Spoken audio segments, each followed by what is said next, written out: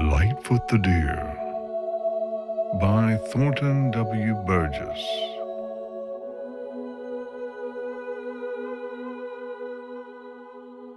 Chapter 1.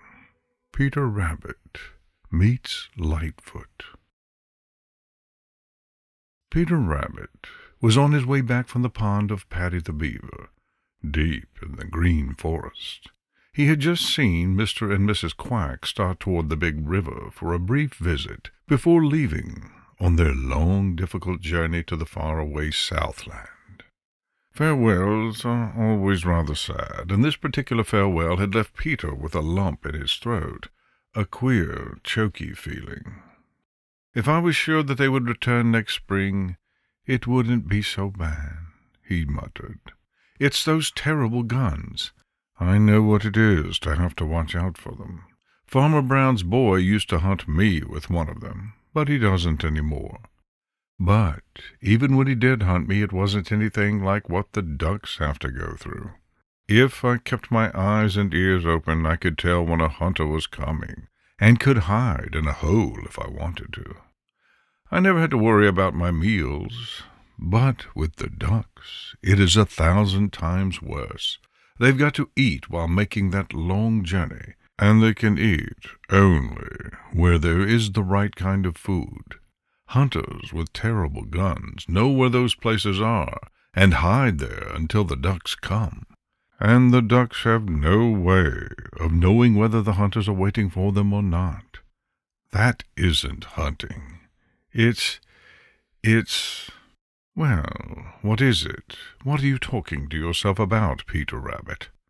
Peter looked up with a start to find the soft, beautiful eyes of Lightfoot the Deer, gazing down at him over the top of the little hemlock tree.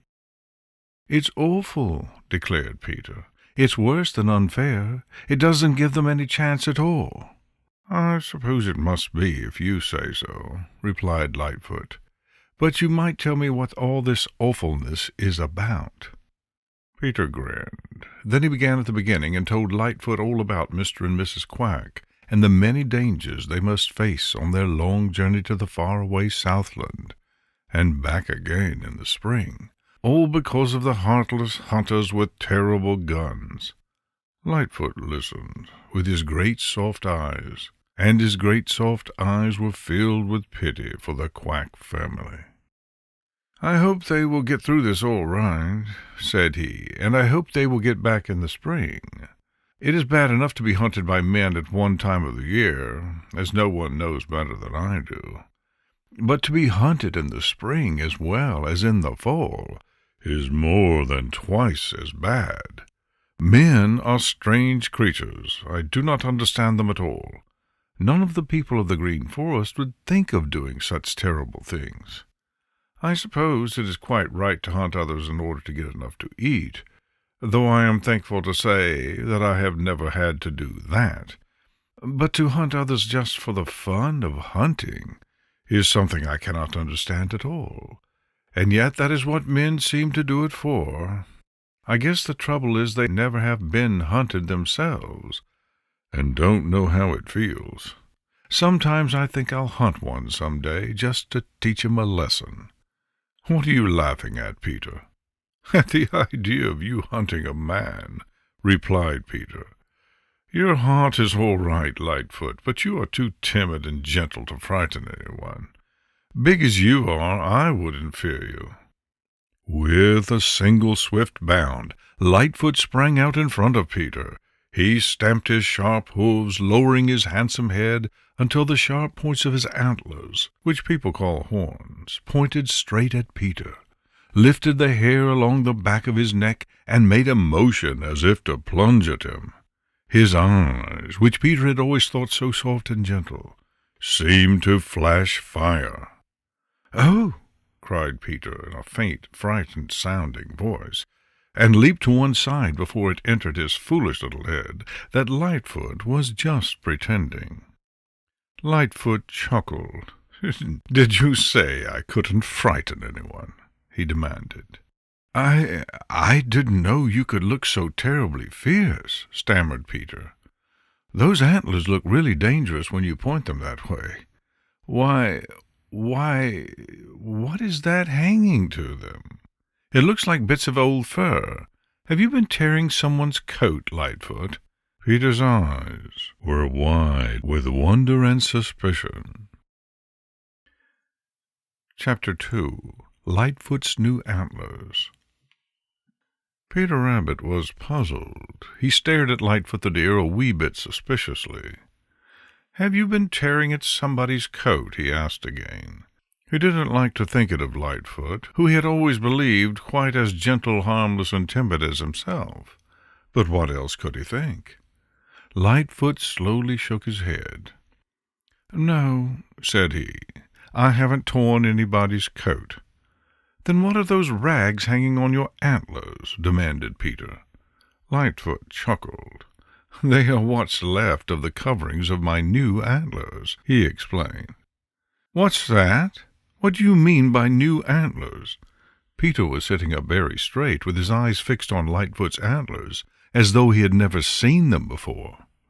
"Just what I said," retorted Lightfoot. "What do you think of them? I think they are the finest antlers I have ever had. When I get the rest of those rags off, they will be as handsome a set as ever was grown in the Green Forest."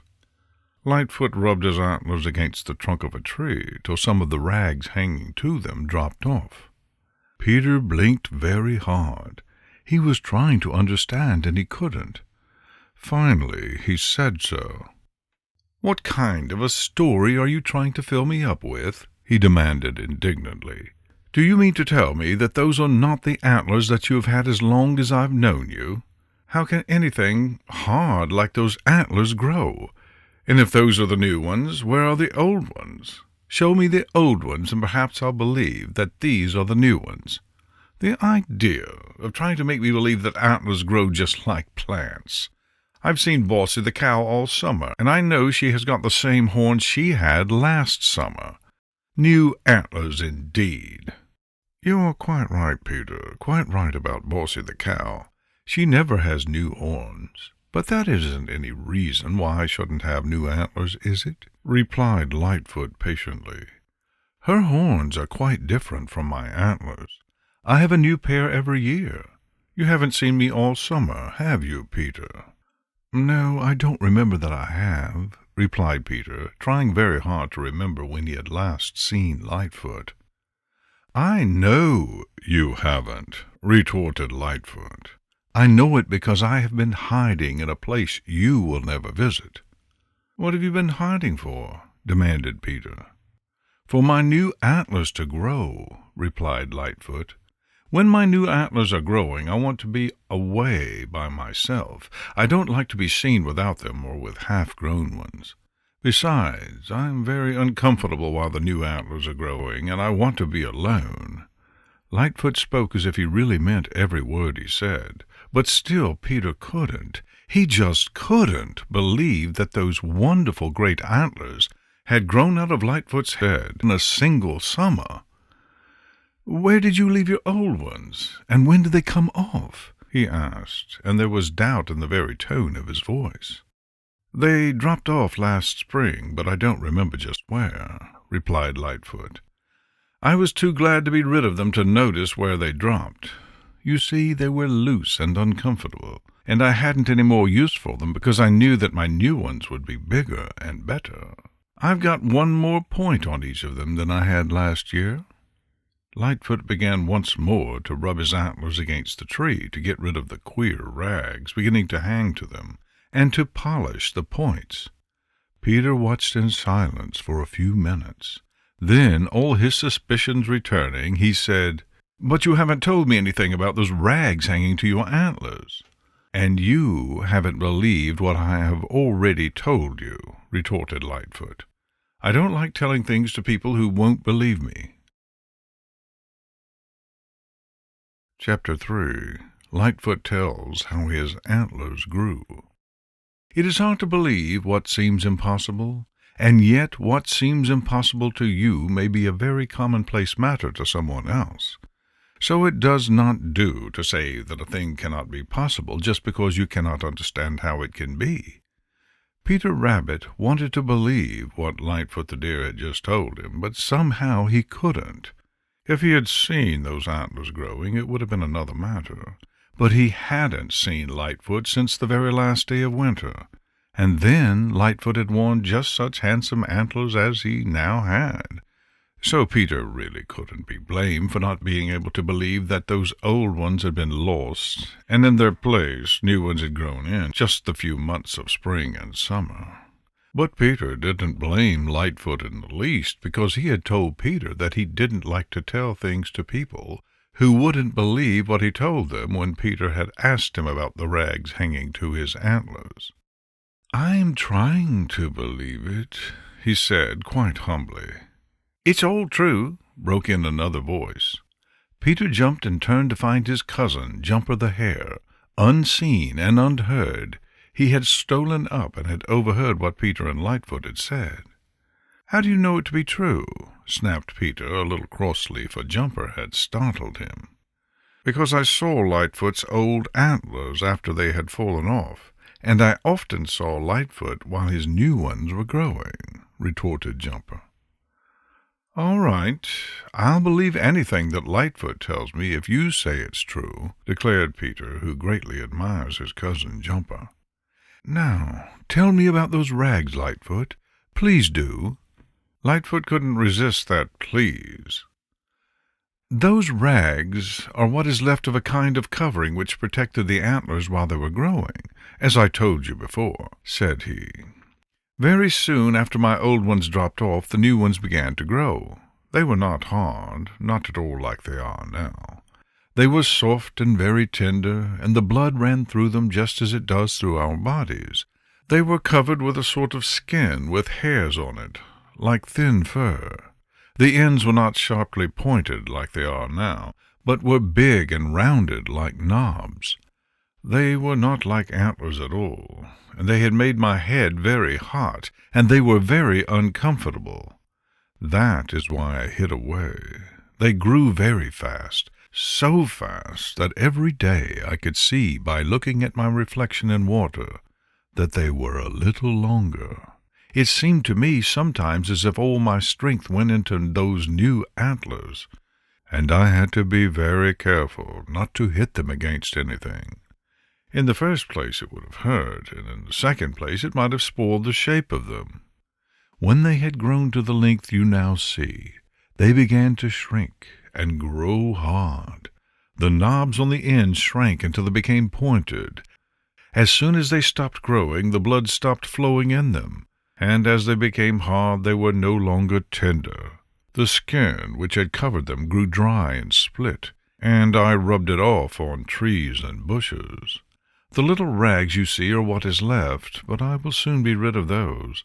Then I shall be ready to fight if need be, and I will fear no one save man, and will fear him only when he has a terrible gun with him."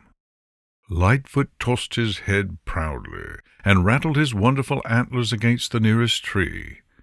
"Isn't he handsome?" whispered Peter to Jumper the Hare. "And did you ever hear of anything so wonderful as the growing of those new antlers in such a short time? It is hard to believe, but I suppose it must be true." "It is," replied Jumper. "And I tell you, Peter, I would hate to have Lightfoot try those antlers on me, even though I were as big as a man. You've always thought of Lightfoot as timid and afraid, but you should see him when he is angry. Few people care to face him then." Chapter 4. The Spirit of Fear. When the days grow cold and nights are clear, there stalks abroad the spirit of fear. Lightfoot the Deer. It is sad, but true. Autumn is often called the sad time of the year, and it is the sad time. But it shouldn't be. Old Mother Nature never intended that it should be. She meant it to be the glad time. It is the time when all the little people of the green forest and the green meadows have got over their cares and worries of bringing up families and teaching their children how to look out for themselves. It is a season when food is plentiful and everyone is fat and is, or ought to be, carefree. It is the season when old Mother Nature intended all her little people to be happy, to have nothing to worry them, for the little time before the coming of cold weather, and the hard times which cold weather always brings. But instead of this, a grim, dark figure goes stalking over the green meadows and through the green forest, and it is called the Spirit of Fear. It peers into every hiding place, and whenever it finds one of the little people, it sends little cold chills over him. Little chills, which jolly, round, bright Mr. Sun cannot chase away, though he shine his brightest. All night as well as all day, the Spirit of Fear searches out the little people of the green meadows and the green forest. It will not let them sleep. It will not let them eat in peace. It drives them to seek new hiding places, and then drives them out of those. It keeps them ever ready to fly or run at the slightest sound. Peter Rabbit was thinking of this as he sat at the edge of the dear old briar patch, looking out to the green forest. The green forest was no longer just green. It was of many colors, for old Mother Nature had set Jack Frost to painting the leaves of the maple trees, and the beech trees, and the birch trees, and the poplar trees, and the chestnut trees, and he had done his work well. Very, very lovely were the reds and yellows and browns against the dark green of the pines, and the spruces, and the hemlocks. The purple hills were more softly purple than at any other season of the year. It was all very, very beautiful. But Peter had no thought for the beauty of it all, for the Spirit of Fear had visited even the dear old briar patch, and Peter was afraid. It wasn't fear of Reddy Fox or Redtail the Hawk or Hooty the Owl or Old Man Coyote. They were forever trying to catch him, but they did not strike terror to his heart, because he felt quite smart enough to keep out of their clutches. To be sure, they gave him sudden frights sometimes, when they happened to surprise him, but these frights lasted only until you reached the nearest bramble-tangle or hollow log, where they could not get to him. But the fear that chilled his heart now never left him, even for a moment. And Peter knew that this same fear was clutching at the hearts of Bob White, hiding in the brown stubble, of Mrs. Grouse squatting at the thickest bramble-tangle in the green forest, of Uncle Billy Possum and Bobby Coon in their hollow trees, of Jerry Muskrat in the Smiling Pool, of Happy Jack Squirrel hiding in the treetops, of Lightfoot the Deer lying in the closest thicket he could find. It was even clutching at the hearts of Granny and Reddy Fox, and of the great big Buster Bear. It seemed to Peter that no one was so big or so small that this terrible Spirit of Fear had not searched him out. Far in the distance sounded a heavy bang. Peter jumped and shivered. He knew that everyone else who had heard that bang had jumped and shivered just as he had. It was the season of hunters with terrible guns. It was man who had sent this terrible Spirit of Fear to chill the hearts of the little meadow and forest people at this very time, when old Mother Nature had made all things so beautiful, and had intended that they should be happiest and most free from care and worry. It was man who had made the autumn a sad time instead of a glad time, the very saddest time of the year, when old Mother Nature had done her best to make it the most beautiful. "I don't understand these men creatures," said Peter to little Mrs. Peter, as they stared fearfully out from the dear old briar patch. "They seem to find pleasure, actually find pleasure, in trying to kill us. I don't understand them at all. They haven't any hearts. That must be the reason. They haven't any hearts." Chapter 5. Sammy Jay brings Lightfoot word.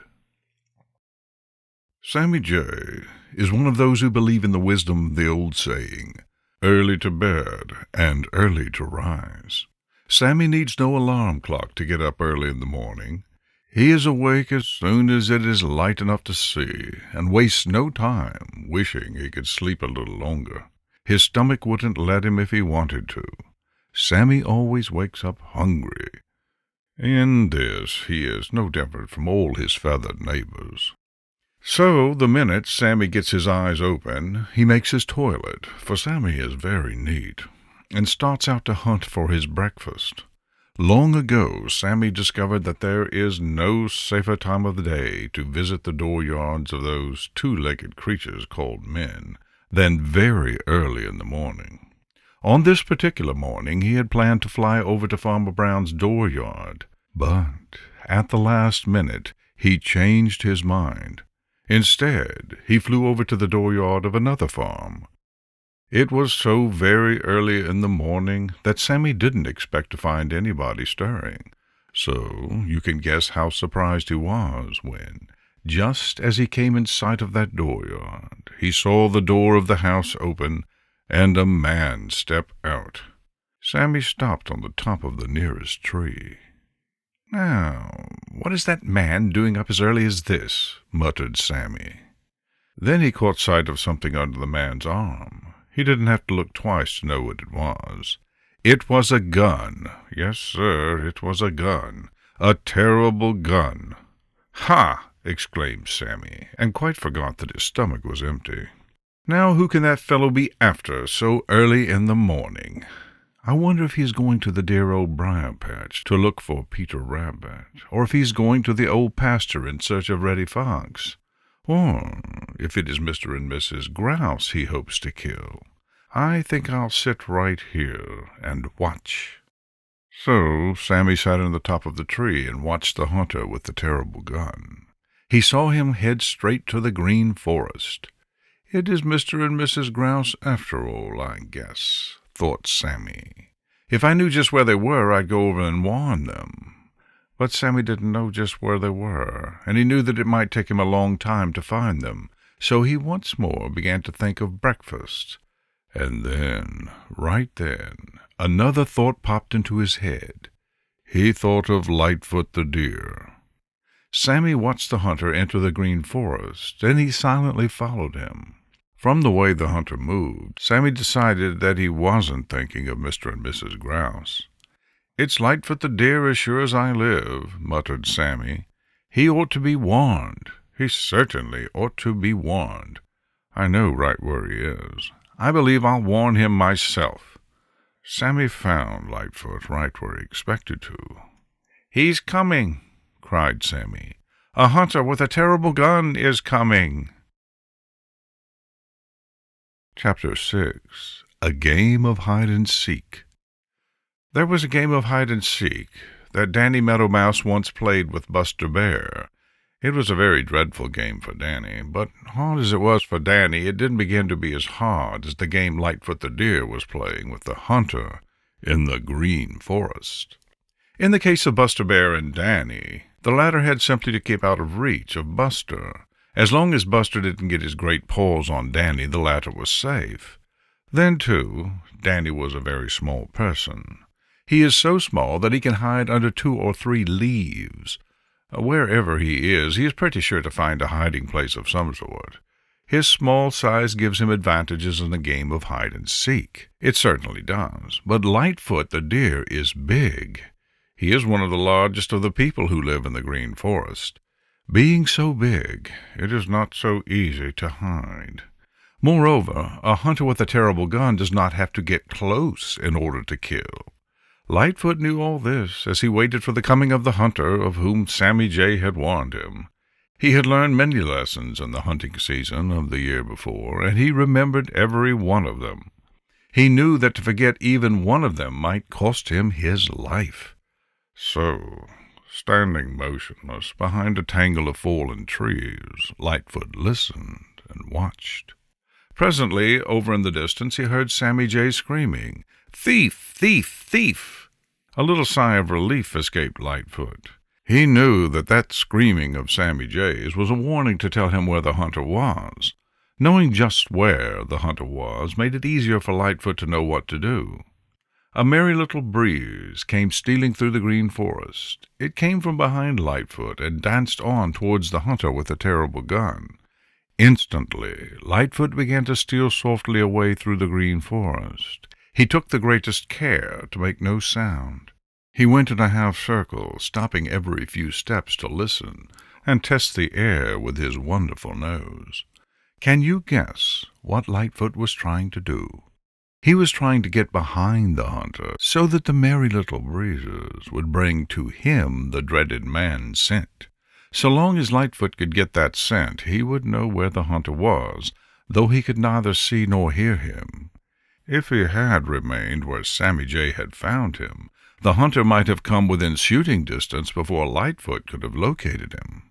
So the hunter, with the terrible gun, walked noiselessly through the green forest, stepping with the greatest care to avoid snapping a stick underfoot, searching with keen eye every thicket and likely hiding place for a glimpse of Lightfoot, and studying the ground for traces to show that Lightfoot had been there.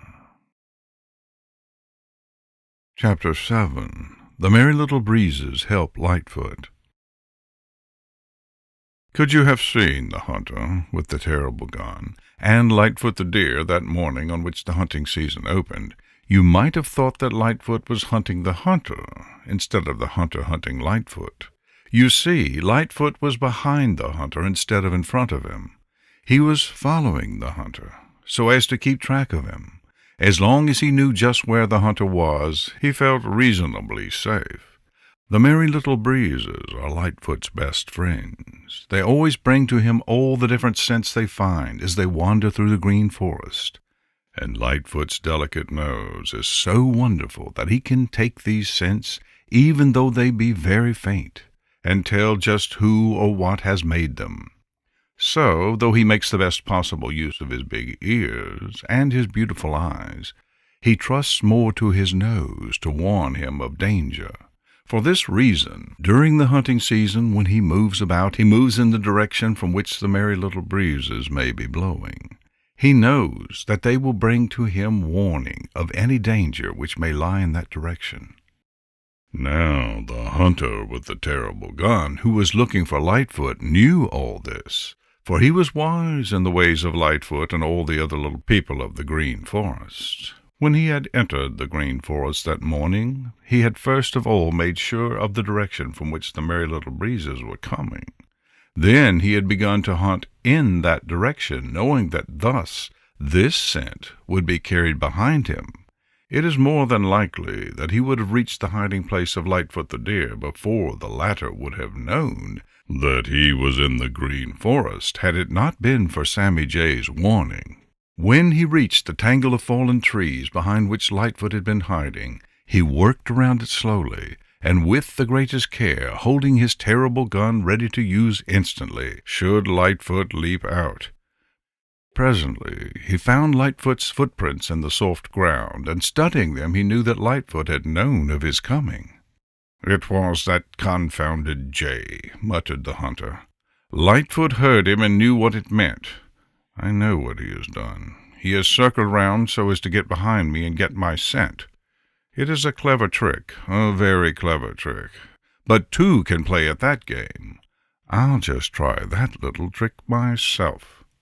So the hunter in his turn made a wide circle back, and presently there was none of the dreaded man scent coming among the scents which the merry little breezes brought to Lightfoot.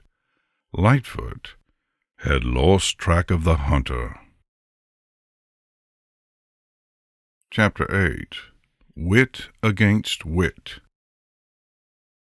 It was a dreadful game the hunter with the terrible gun and Lightfoot the Deer were playing in the green forest. It was a matching of wit against wit, the hunter seeking to take Lightfoot's life, and Lightfoot seeking to save it. The experience of other years had taught Lightfoot much of the ways of hunters, and not one of the things he had learned about them was forgotten.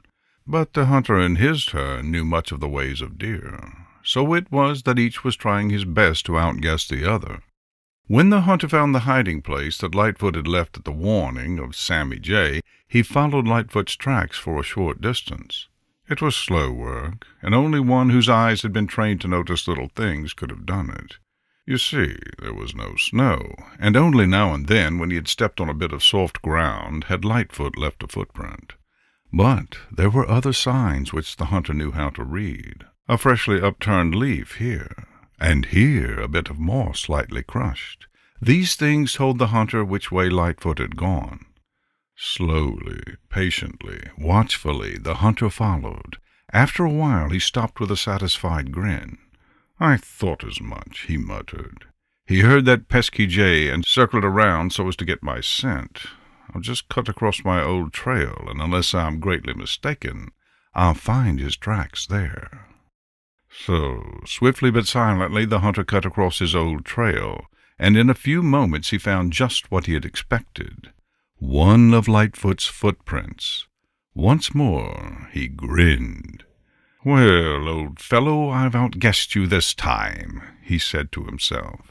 "I am behind you, and the wind is from you to me, so that you cannot get my scent. I wouldn't be a bit surprised if you're right back where you had started from, behind that old windfall." He at once began to move forward silently and cautiously, with eyes and ears alert, and his terrible gun ready for instant use. Now, when Lightfoot, following behind the hunter, had lost the scent of the latter, he guessed right away that the latter had found his tracks and had started to follow them. Lightfoot stood still and listened with all his might for some little sound to tell him where the hunter was. But there was no sound, and after a little Lightfoot began to move on. He didn't dare remain still, lest the hunter should creep up within shooting distance. There was only one direction in which it was safe for Lightfoot to move, and that was the direction from which the Merry Little Breezes were blowing. So long as they brought him none of the dreaded man smell, he knew that he was safe. The hunter might be behind him. Probably he was. But ahead of him, so long as the Merry Little Breezes were blowing in his face and brought him no man smell, was safety. Chapter 9. Lightfoot Becomes Uncertain. Lightfoot the Deer traveled on through the green forest, straight ahead in the direction from which the Merry Little Breezes were blowing. Every few steps he would raise his delicate nose and test all the scents that the Merry Little Breezes were bringing. So long as he kept the Merry Little Breezes blowing in his face, he could be sure whether or not there was danger ahead of him. Lightfoot uses his nose very much as you and I use our eyes. It tells him the things he wants to know. He knew that Reddy Fox had been along ahead of him, although he didn't get as much as a glimpse of Reddy's red coat. Once he caught just the faintest of scents, which caused him to stop abruptly and test the air more carefully than ever. It was the scent of Buster Bear. But it was so very faint that Lightfoot knew Buster was not near, so he went ahead again, but even more carefully than before. After a little he couldn't smell Buster at all, and he knew that Buster had merely passed that way when he was going to some other part of the green forest. Lightfoot knew that he had nothing to fear in that direction so long as the Merry Little Breezes brought him none of the dreaded man scent, and he knew that he could trust the Merry Little Breezes to bring him that scent if there should be a man anywhere in front of him. You know the Merry Little Breezes are Lightfoot's best friends, but Lightfoot didn't want to keep going in that direction all day. It would take him far away from that part of the green forest with which he was familiar and which he called home. It might in time take him out of the green forest, and that wouldn't do at all. So after a while Lightfoot became uncertain. He didn't know just what to do. You see, he couldn't tell whether or not that hunter with the terrible gun was still following him. Every once in a while he would stop in a thicket of young trees or behind a tangle of fallen trees uprooted by the wind. There he would stand, facing the direction from which he had come, and watch and listen for some sign that the hunter was still following. But after a few minutes of this, he would grow uneasy, and then bound away in the direction from which the Merry Little Breezes were blowing, so as to be sure of not running into any danger. If only I could know that hunter is still following, I would know better what to do, thought Lightfoot. I've got to find out. Chapter 10. Lightfoot's Clever Trick. Lightfoot the Deer is smart. Yes, sir, Lightfoot the Deer is smart. He has to be, especially in the hunting season, to save his life. If he were not smart, he would have been killed long ago. He never makes the foolish mistake of thinking that other people are not smart. He knew that the hunter who had started out to follow him early that morning was not one to be easily discouraged or to be fooled by simple tricks. He had a very great respect for the smartness of that hunter. He knew that he couldn't afford to be careless for one little minute. The certainty of danger is sometimes easier to bear than the uncertainty of not knowing whether or not there really is any danger. Lightfoot felt that if he could know just where the hunter was, he himself would know better what to do. The hunter might have become discouraged and given up following him. In that case, he could rest and stop worrying. It would be better to know that he was being followed than not to know. But how was he to find out? Lightfoot kept turning this over and over in his mind as he traveled through the green forest. Then an idea came to him. "I know what I'll do. I know just what I'll do," said Lightfoot to himself. "I'll find out whether or not the hunter is still following me, and I'll get a little rest. Goodness knows, I need a rest." Lightfoot bounded away swiftly and ran for some distance. Then he turned and quickly, but very, very quietly, returned in the direction from which he had just come, but a little to one side of his old trail. After a while he saw what he was looking for, a pile of branches which woodchoppers had left when they had trimmed the trees they had cut down. This was near the top of a little hill. Lightfoot went up the hill and stopped behind the pile of brush. For a few moments he stood there perfectly still, looking and listening. Then, with a little sigh of relief, he lay down where, without being in danger of being seen himself, he could watch his old trail through the hollow at the bottom of the hill. If the hunter was still following him, he would pass through that hollow in plain sight. For a long time, Lightfoot rested comfortably behind the pile of brush. There was not a suspicious movement or a suspicious sound to show that danger was abroad in the green forest. He saw Mr. and Mrs. Grouse fly down across the hollow and disappear among the trees on the other side. He saw Unc' Billy Possum looking over a hollow tree and guessed that Unc' Billy was getting ready to go into winter quarters. He saw Jumper the Hare squat down under a low-hanging branch of a hemlock tree and prepare to take a nap. He heard Drummer the Woodpecker at work drilling after worms in a tree not far away. Little by little, Lightfoot grew easy in his mind. It must be that the hunter had become discouraged and was no longer following him.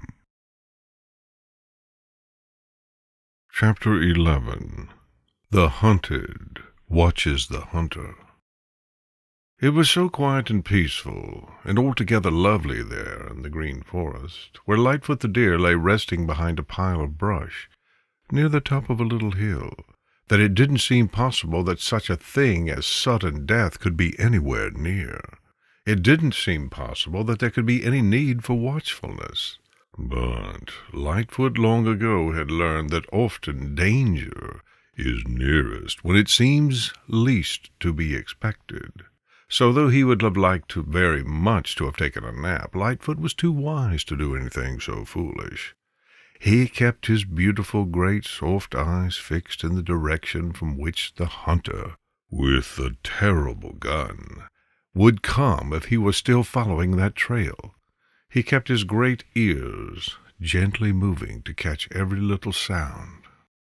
Lightfoot had about decided that the hunter had given up hunting for that day, but he didn't let this keep him from being any the less watchful. It was better to be over-watchful than the least bit careless. By and by, Lightfoot's keen ears caught the sound of the snapping of a little stick in the distance. It was so faint a sound that you or I would have missed it altogether. But Lightfoot heard it, and instantly he was doubly alert, watching in the direction from which that faint sound had come. After what seemed a long, long time, he saw something moving, and a moment later a man came into view. It was the hunter, and across one arm he carried the terrible gun. Lightfoot knew now that this hunter had patience and perseverance, and had not yet given up hope of getting near enough to shoot Lightfoot. He moved forward slowly, setting each foot down with the greatest care, so as not to snap a stick or rustle the leaves. He was watching sharply ahead, ready to shoot should he catch a glimpse of Lightfoot within range. Right along through the hollow at the foot of the little hill below Lightfoot, the hunter passed. He was no longer studying the ground for Lightfoot's tracks, because the ground was so hard and dry down there that Lightfoot had left no tracks. He was simply hunting in the direction from which the merry little breezes were blowing, because he knew that Lightfoot had gone in that direction, and he also knew that if Lightfoot were still ahead of him, his scent would not be carried to Lightfoot. He was doing what is called hunting upwind. Lightfoot kept perfectly still and watched the hunter disappear among the trees. Then he silently got to his feet, shook himself lightly, and noiselessly stole away over the hilltop towards the other part of the green forest. He felt sure that that hunter would not find him again that day. Chapter 12. Lightfoot Visits Paddy the Beaver. Deep in the green forest is the pond where lives Paddy the Beaver. It is Paddy's own pond, for he made it himself. He made it by building a dam across the Laughing Brook. When Lightfoot bounded away through the green forest after watching the hunter pass through the hollow below him, he remembered Paddy's pond. "That's where I'll go," thought Lightfoot. "It is such a lonesome part of the green forest that I do not believe that hunter will come there. I'll just run over and make Paddy a friendly call." So Lightfoot bounded along deeper and deeper into the green forest. Presently through the trees he caught the gleam of water. It was Paddy's pond. Lightfoot approached it cautiously. He felt sure that he was rid of the hunter who had followed him so far that day. But he knew that there might be other hunters in the green forest. He knew that he couldn't afford to be careless for even one little minute. Lightfoot had lived long enough to know that most of the sad things and dreadful things that happen in the green forest and on the green meadows are due to carelessness. No one who is hunted, be he big or little, can afford ever to be careless. Now Lightfoot had known of hunters hiding near water, hoping to shoot him when he came to drink. That always seemed to Lightfoot a dreadful thing, an unfair thing. But hunters had done it before, and they might do it again, so Lightfoot was careful to approach Paddy's pond upwind. That is, he approached the side of the pond from which the merry little breezes were blowing toward him, and all the time he kept his nose working. He knew that if any hunters were hidden there, the merry little breezes would bring him their scent, and thus warn him. He had almost reached the edge of Paddy's pond, when from the farther shore there came a sudden crash. It startled Lightfoot terribly for just an instant. Then he guessed what it meant. That crash was the falling of a tree. There wasn't enough wind to blow over even the most shaky dead tree. There had been no sound of axes, so he knew it could not have been chopped down by men. It must be that Paddy the Beaver had cut it. And if Paddy had been working in daylight, it was certain that no one had been around that pond for a long time. So Lightfoot hurried forward, eagerly, cautiously. When he reached the bank, he looked towards where the sound of that falling tree had come from. A branch of a tree was moving along in the water, and half hidden by it was a brown head. It was Paddy the Beaver, taking the branch to his food pile. Chapter 13. Lightfoot and Paddy become partners. The instant Lightfoot saw Paddy the Beaver, he knew that for the time being, at least, there was no danger. He knew that Paddy is one of the shyest of all the little people of the Green Forest, and that when he is found working in the daytime, it means that he has been undisturbed for a long time. Otherwise, he would work only at night. Paddy saw Lightfoot almost as soon as he stepped out on the bank. He kept right on swimming with the branch of a poplar tree until he reached his food pile, which, you know, is in the water. There he forced the branch down until it was held by other branches already in the pond. This done, he swam over to where Lightfoot was watching. "Hello, Lightfoot," he exclaimed. "You are looking handsomer than ever. How are you feeling these fine autumn days?" "Anxious," replied Lightfoot. "I am feeling terribly anxious. Do you know what day this is?" "No," replied Paddy. "I don't know what day it is, and I don't particularly care. It is enough for me that it is one of the finest days we've had for a long time." "I wish I could feel that way," Lightfoot said wistfully. "I wish I could feel that way, Paddy, but I can't. No, sir, I can't. You see, this is the first of the most dreadful days in all of the year for me. The hunters started looking for me before Mr. Sun was really out of bed. At least one hunter did, and I don't doubt that there are others. I fooled that one, but from now till the end of the hunting season there will not be a single moment of daylight when I will feel absolutely safe." Paddy crept out on the bank and chewed a little twig of poplar thoughtfully. Paddy says he can always think better if he is chewing something. "That's bad news, Lightfoot. I'm sorry to hear it. I am certainly sorry to hear it," said Paddy. "Why anybody wants to hunt such a handsome fellow as you are, I cannot understand. My, but that's a beautiful set of antlers you have." "They are the best I've ever had. But do you know, Paddy, I suspect that they may be one of the reasons I am hunted so," replied Lightfoot a little sadly. "Good looks are not always to be desired. Have you seen any hunters around here lately?" Paddy shook his head. "Not a single hunter," he replied. "I'll tell you what it is, Lightfoot. Let's be partners for a while.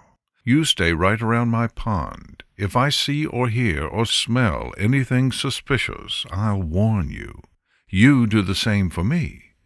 2 sets of eyes, ears, and noses are better than one. What do you say, Lightfoot?" "I'll do it," replied Lightfoot. Chapter 14. How Paddy Warned Lightfoot. It was a queer partnership, that partnership between Lightfoot and Paddy, but it was a good partnership. They had been the best of friends for a long time. Paddy had always been glad to have Lightfoot visit his pond. To tell the truth, he was rather fond of handsome Lightfoot. You know, Paddy is himself not at all handsome. On land he is a rather clumsy-looking fellow, and really homely. So he admired Lightfoot greatly. That is one reason why he proposed that they be partners. Lightfoot himself thought the idea was a splendid one. He spent that night browsing not far from Paddy's pond.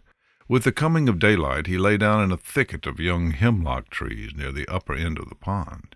It was a quiet, peaceful day. It was so quiet and peaceful and beautiful it was hard to believe that hunters with terrible guns were searching the Green Forest for beautiful Lightfoot. But they were, and Lightfoot knew that sooner or later one of them would be sure to visit Paddy's pond. So, though he rested and took short naps all through that beautiful day, he was anxious. He couldn't help but be. The next morning found Lightfoot back in the same place, but this morning he took no naps. He rested, but all the time he was watchful and alert.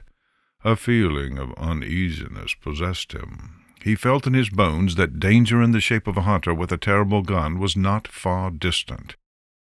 But the hours slipped away, and little by little he grew less uneasy. He began to hope that that day would prove as peaceful as the previous day had been. Then, suddenly, there was a sharp report from the farther end of Paddy's pond. It was almost like a pistol shot. However, it wasn't a pistol shot. It wasn't a shot at all. It was the slap of Paddy's broad tail on the surface of the water. Instantly, Lightfoot was on his feet. He knew just what that meant. He knew that Paddy had seen or heard or smelled a hunter. It was even so. Paddy had heard a dry stick snap. It was a very tiny snap, but it was enough to warn Paddy. With only his head above the water, he had watched in the direction from which that sound had come. Presently, stealing quietly towards the pond, a hunter had come in view. Instantly, Paddy had brought his broad tail down on the water with all his force. He knew that Lightfoot would know that meant danger. Then Paddy had dived, and swimming under water, had sought the safety of his house. He had done his part, and there was nothing more he could do. Chapter 15. The Three Watchers. When Paddy the Beaver slapped the water with his broad tail, making a noise like a pistol shot, Lightfoot understood that this was meant as a warning of danger. He was on his feet instantly, with eyes, ears, and nose seeking the cause of Paddy's warning.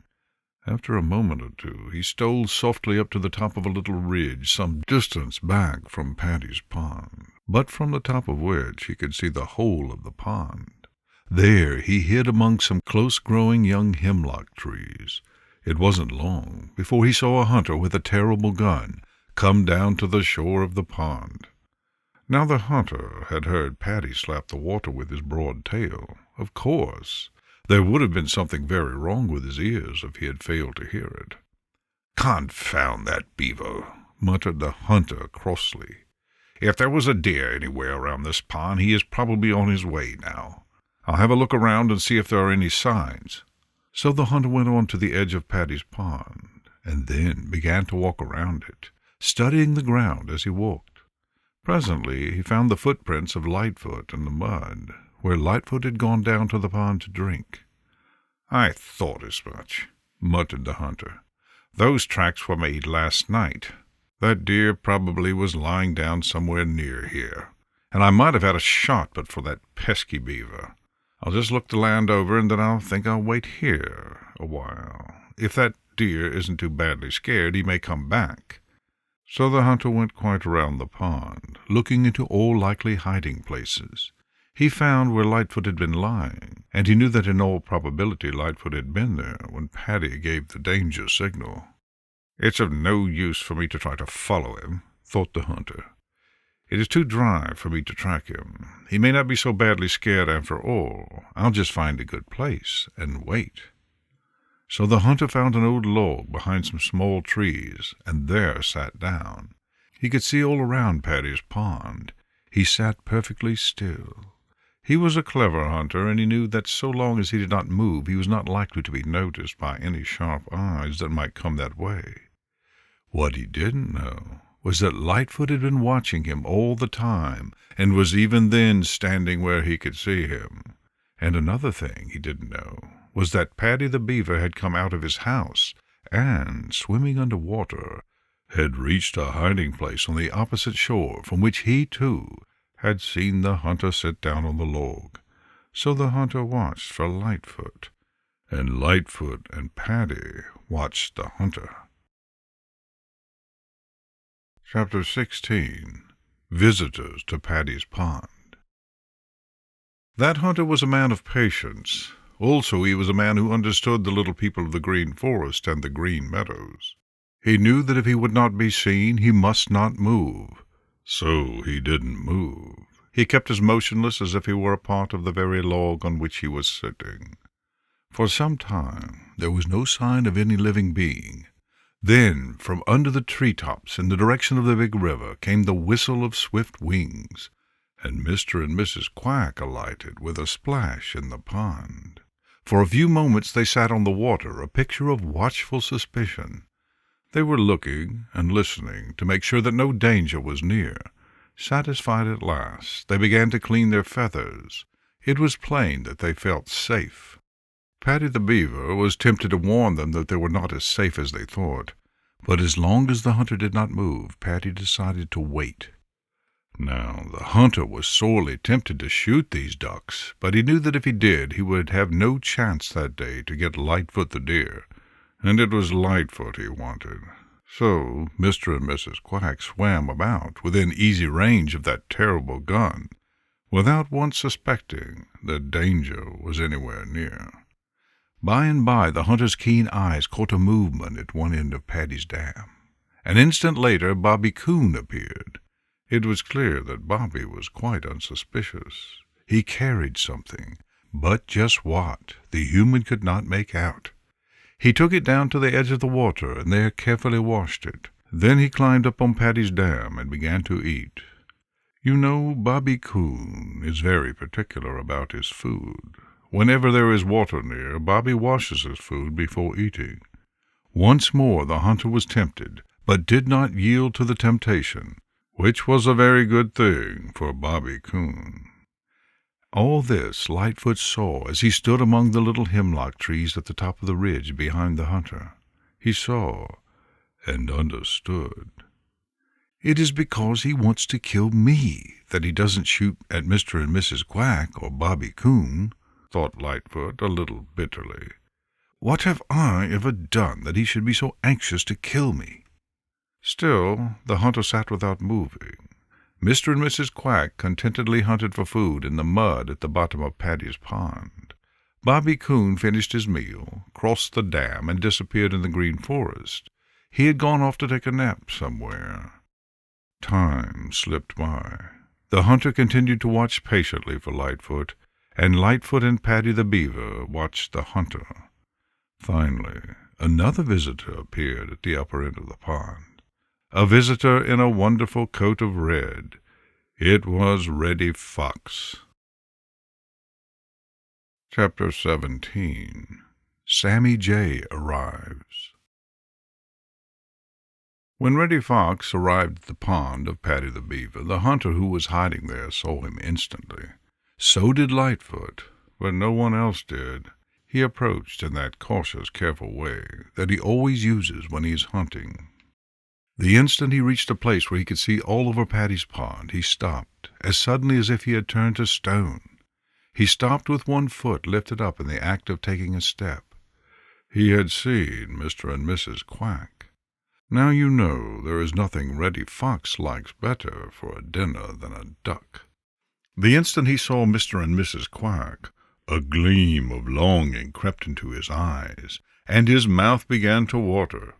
He stood motionless until both Mr. and Mrs. Quack had their heads under water as they searched for food in the muddy bottom of the pond. Then, like a red flash, he bounded out of sight behind the dam of Paddy the Beaver.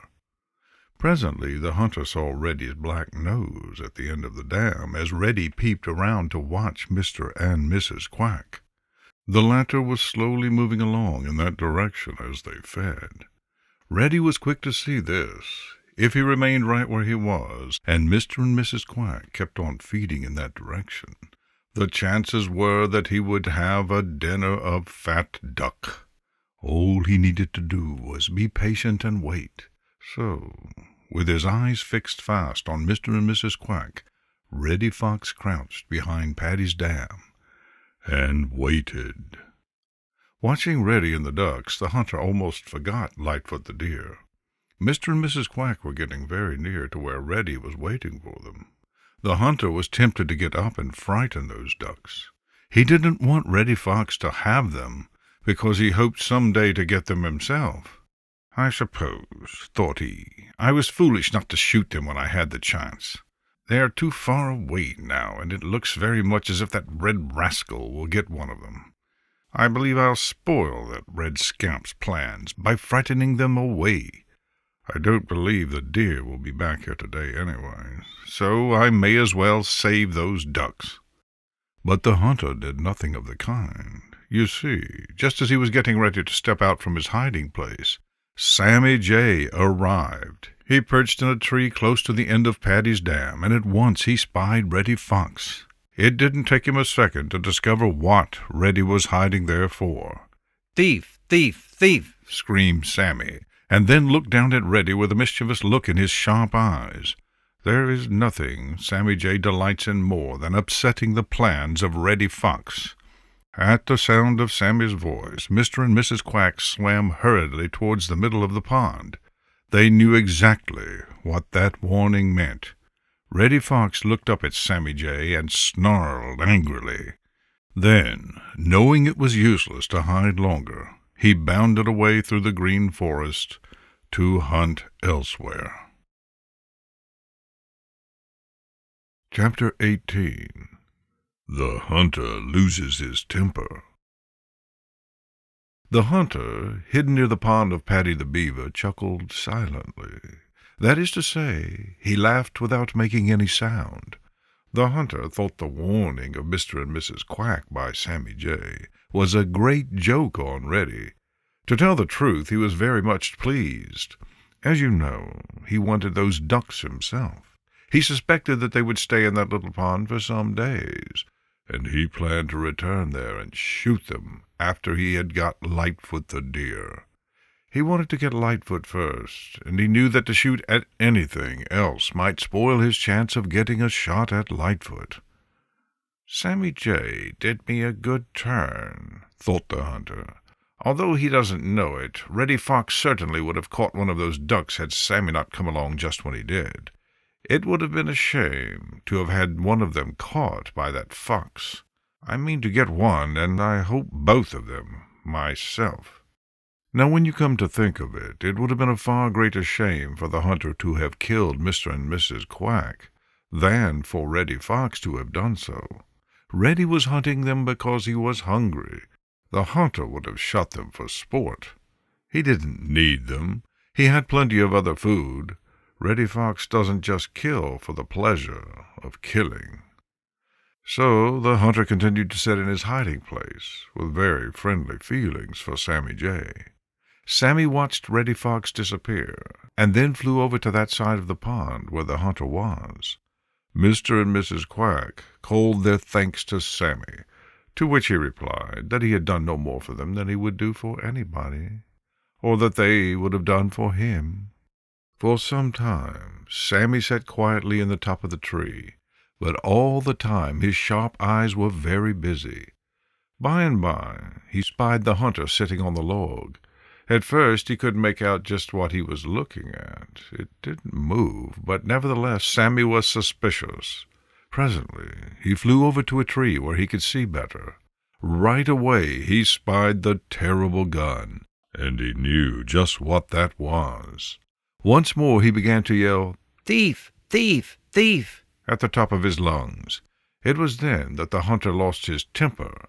He knew that now he had been discovered by Sammy Jay, and it was useless to remain there longer. He was angry clear through. Chapter 19. Sammy Jay is Modest. As soon as the angry hunter with the terrible gun had disappeared among the trees of the green forest, and Lightfoot was sure that he had gone for good, Lightfoot came out from his hiding place on top of the ridge and walked down to the pond of Paddy the Beaver for a drink. He knew that it was quite safe to do so, for Sammy Jay had followed the hunter, all the time screaming, "Thief! Thief! Thief!" Everyone within hearing could tell just where the hunter was by Sammy's voice. It kept growing fainter and fainter, and by that Lightfoot knew that the hunter was getting farther and farther away. Paddy the Beaver swam out from his hiding place and climbed out on a bank near Lightfoot. There was a twinkle in his eyes. "That blue-coated mischief-maker isn't such a bad fellow at heart, after all, is he?" said he.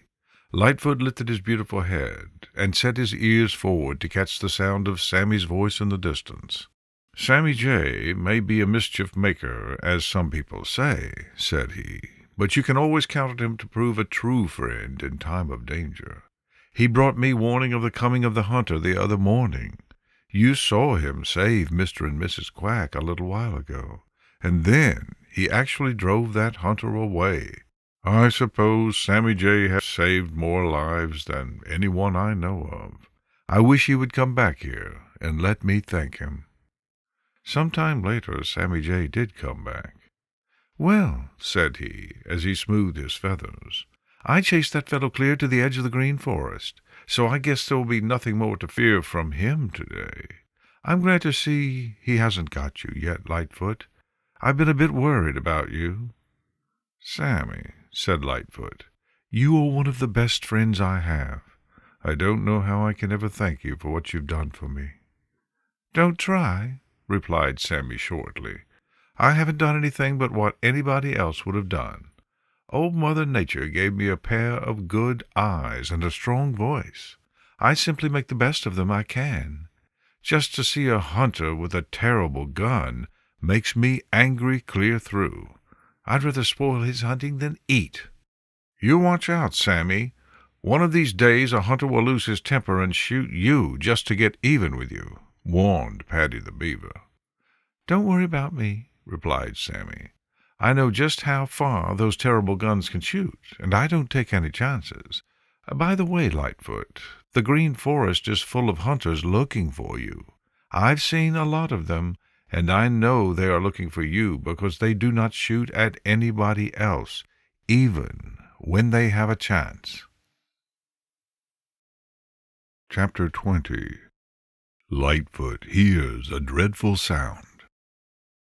Day after day, Lightfoot the Deer played hide-and-seek for his life with the hunters who were seeking to kill him.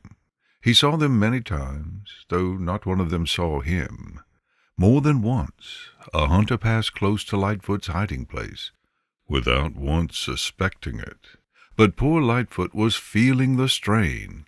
He was growing thin, and he was so nervous that the falling of a dead leaf from a tree would startle him.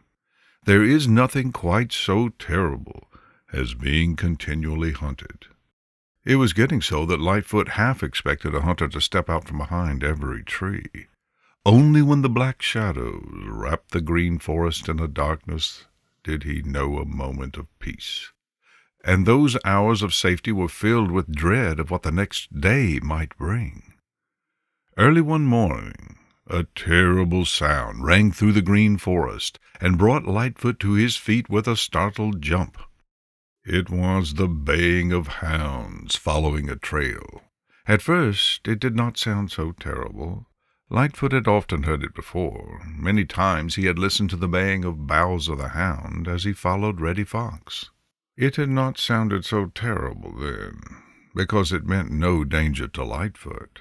At first, as he listened early that morning, he took it for granted that those hounds were after Reddy, and so, though startled, he was not worried. But suddenly a dreadful suspicion came to him, and he grew more and more anxious as he listened. In a few minutes there was no longer any doubt in his mind. Those hounds were following his trail. It was then that the sound of that baying became terrible. He must run for his life. Those hounds would give him no rest, and he knew that in running from them he would no longer be able to watch so closely for the hunters with terrible guns. He would no longer be able to hide in thickets. At any time he might be driven right past one of those hunters. Lightfoot bounded away with such leaps as only Lightfoot can make. In a little while the voices of the hounds grew fainter. Lightfoot stopped to get his breath, and stood trembling as he listened. The baying of the hounds again grew louder and louder. Those wonderful noses of theirs were following his trail without the least difficulty. In a panic of fear, Lightfoot bounded away again. As he crossed an old road, the green forest rang with the sound of a terrible gun. Something tore a strip of bark from the trunk of a tree just above Lightfoot's back. It was a bullet, and it had just missed Lightfoot. It added to his terror, and this in turn added to his speed. So Lightfoot ran, and behind him the voices of the hounds continued to ring through the green forest. Chapter 21. How Lightfoot Got Rid of the Hounds. Poor Lightfoot! It seemed to him that there were no such things as justice and fair play. Had it been just one hunter at a time against whom he had to match his wits, it would have not been so bad. But there were many hunters with terrible guns looking for him, and in dodging one he was likely at any time to meet another. This in itself seemed terribly unfair and unjust. But now, added to this, was the greater unfairness of being trailed by hounds. Do you wonder that Lightfoot thought of men as utterly heartless? You see, he could not know that those hounds had not been put on his trail, but had left home to hunt for their own pleasure. He could not know that it was against the law to hunt him with dogs. But though none of those hunters looking for him were guilty of having put the hounds on his trail, each one of them was willing and eager to take advantage of the fact that the hounds were on his trail. Already he had been shot at once, and he knew that he would be shot at again if he should be driven where a hunter was hidden. The ground was damp, and scent always lies best on damp ground. This made it easy for the hounds to follow him with their wonderful noses. Lightfoot tried every trick he could think of to make those hounds lose the scent. "If only I could make them lose it long enough for me to get a little rest, it would help," panted Lightfoot, as he paused for just an instant to listen to the baying of the hounds. But he couldn't. They allowed him no rest. He was becoming very, very tired. He could no longer bound lightly over fallen logs or brush, as he had done at first. His lungs ached as he panted for breath. He realized that even though he should escape the hunters, he would meet an even more terrible death unless he could get rid of those hounds. There would come a time when he would have to stop. Then those hounds would catch up with him and tear him to pieces. It was then that he remembered the big river. He turned towards it. It was his only chance, and he knew it. Straight through the green forest, out across the green meadows to the bank of the big river, Lightfoot ran. For just a second he paused to look behind. The hounds were almost at his heels. Lightfoot hesitated no longer, but plunged into the big river and began to swim. On the banks the hounds stopped and bayed their disappointment, for they did not dare follow Lightfoot out into the big river. Chapter 22. Lightfoot's Long Swim. The big river was very wide. It would have been a long swim for Lightfoot had he been fresh and at his best. Strange as it may seem, Lightfoot is a splendid swimmer. Despite his small, delicate feet, he enjoys swimming. But now Lightfoot was terribly tired from his long run ahead of the hounds. For a time he swam rapidly, but those weary muscles grew still more weary, and by the time he reached the middle of the big river it seemed to him that he was not getting ahead at all. At first he had tried to swim towards a clump of trees he could see on the opposite bank, above the point where he had entered the water. But to do this he had to swim against the current, and he soon found that he hadn't the strength to do this. Then he turned and headed for a point down the big river. This made the swimming easier, for the current helped him instead of hindering him. Even then he could feel his strength leaving him. Had he escaped those hounds and the terrible hunters only to be drowned in the big river? This new fear gave him more strength for a little while, but it did not last long. He was 3/4 of the way across the big river, but still that other shore seemed a long distance away. Little by little, hope died in the heart of Lightfoot the Deer. He would keep on just as long as he could, and then, well, it was better to drown than to be torn to pieces by dogs.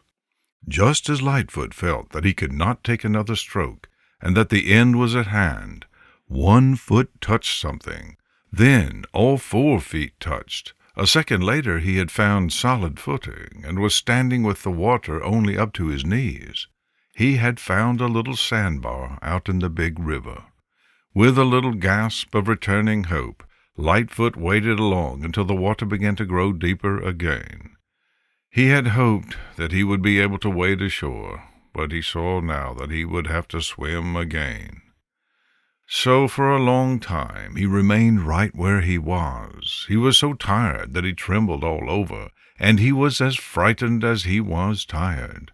He knew that standing out there in the water he could be seen for a long distance, and that made him nervous and fearful. Supposing a hunter on the shore that he was trying to reach should see him, then he would have no chance at all, for the hunter would simply wait for him and shoot him as he came out of the water.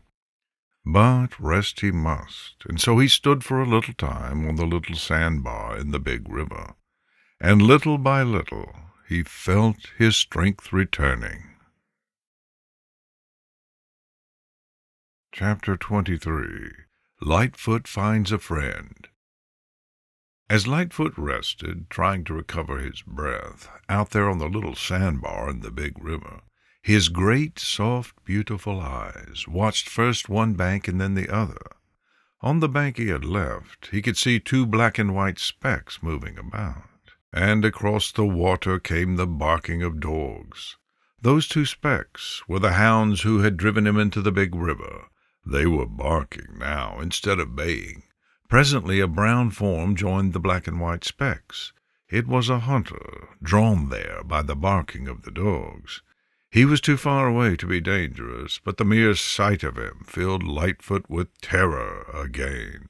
He watched the hunter walk along the bank and disappear in the bushes. Presently out of the bushes came a boat, and in it was the hunter. He headed straight towards Lightfoot, and then Lightfoot knew that his brief rest was at an end. He must once more swim, or be shot by the hunter in the boat. So Lightfoot again struck out for the shore. His rest had given him new strength, but he was still very, very tired, and swimming was hard work. Slowly, oh so slowly, he drew nearer to the bank. What new dangers might be waiting there he did not know. He had never been on that side of the big river. He knew nothing of the country on that side, but the uncertainty was better than the certainty behind him. He could hear the sound of the oars as the hunter in the boat did his best to get to him before he could reach the shore. On Lightfoot struggled. At last he felt bottom beneath his feet. He staggered up through some brushes along the bank, and then for an instant it seemed to him that his heart stopped beating. Right in front of him stood a man. He had come out into the backyard of the home of that man. It is doubtful which was the more surprised, Lightfoot or the man. Right then and there Lightfoot gave up in despair. He couldn't run. It was all he could do to walk. The long chase by the hounds on the other side of the big river and the long swim across the big river had taken all his strength. Not a spark of hope remained to Lightfoot. He simply stood still and trembled, partly with fear and partly with weariness. Then a surprising thing happened. The man spoke softly. He advanced, not threateningly, but slowly and in a friendly way. He walked around back of Lightfoot and then straight towards him. Lightfoot walked on a few steps, and the man followed, still talking softly. Little by little he urged Lightfoot on, driving him towards an open shed in which there was a pile of hay. Without understanding just how, Lightfoot knew that he had found a friend. So he entered the open shed, and with a long sigh, lay down in the soft hay. Chapter 24. The Hunter is Disappointed. How he knew he was safe, Lightfoot the Deer couldn't have told you. He just knew it, that was all. He couldn't understand a word said by the man in whose yard he found himself when he climbed the bank after his long swim across the big river. But he didn't have to understand words to know that he had found a friend. So he allowed the man to drive him gently over to an open shed, where there was a pile of soft hay, and there he lay down, so tired that it seemed to him he couldn't move another step. It was only a few minutes later that the hunter who had followed Lightfoot across the river reached the bank and scrambled out of his boat. Lightfoot's friend was waiting just at the top of the bank. Of course, the hunter saw him at once. "Hello, friend," cried the hunter. "Did you see a deer pass this way a few minutes ago? He swam across the river, and if I know anything about it, he's too tired to travel far now. I've been hunting that fellow for several days, and if I have any luck at all, I ought to get him this time." "I'm afraid you won't have any luck at all," said Lightfoot's friend. "You see, I don't allow any hunting on my land." The hunter looked surprised, and then his surprise gave way to anger. "You mean," said he, "that you intend to get that deer yourself?" Lightfoot's friend shook his head. "No," said he, "I don't mean anything of the kind. I mean that deer is not to be killed if I can prevent it, and while it is on my land, I think I can. The best thing for you to do, my friend, is to get into your boat and row back where you came from.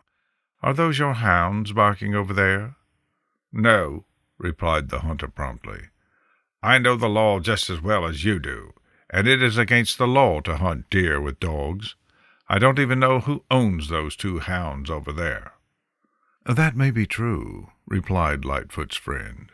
"I don't doubt it is true. But you are willing to take advantage of the fact that the dogs of someone else have broken the law.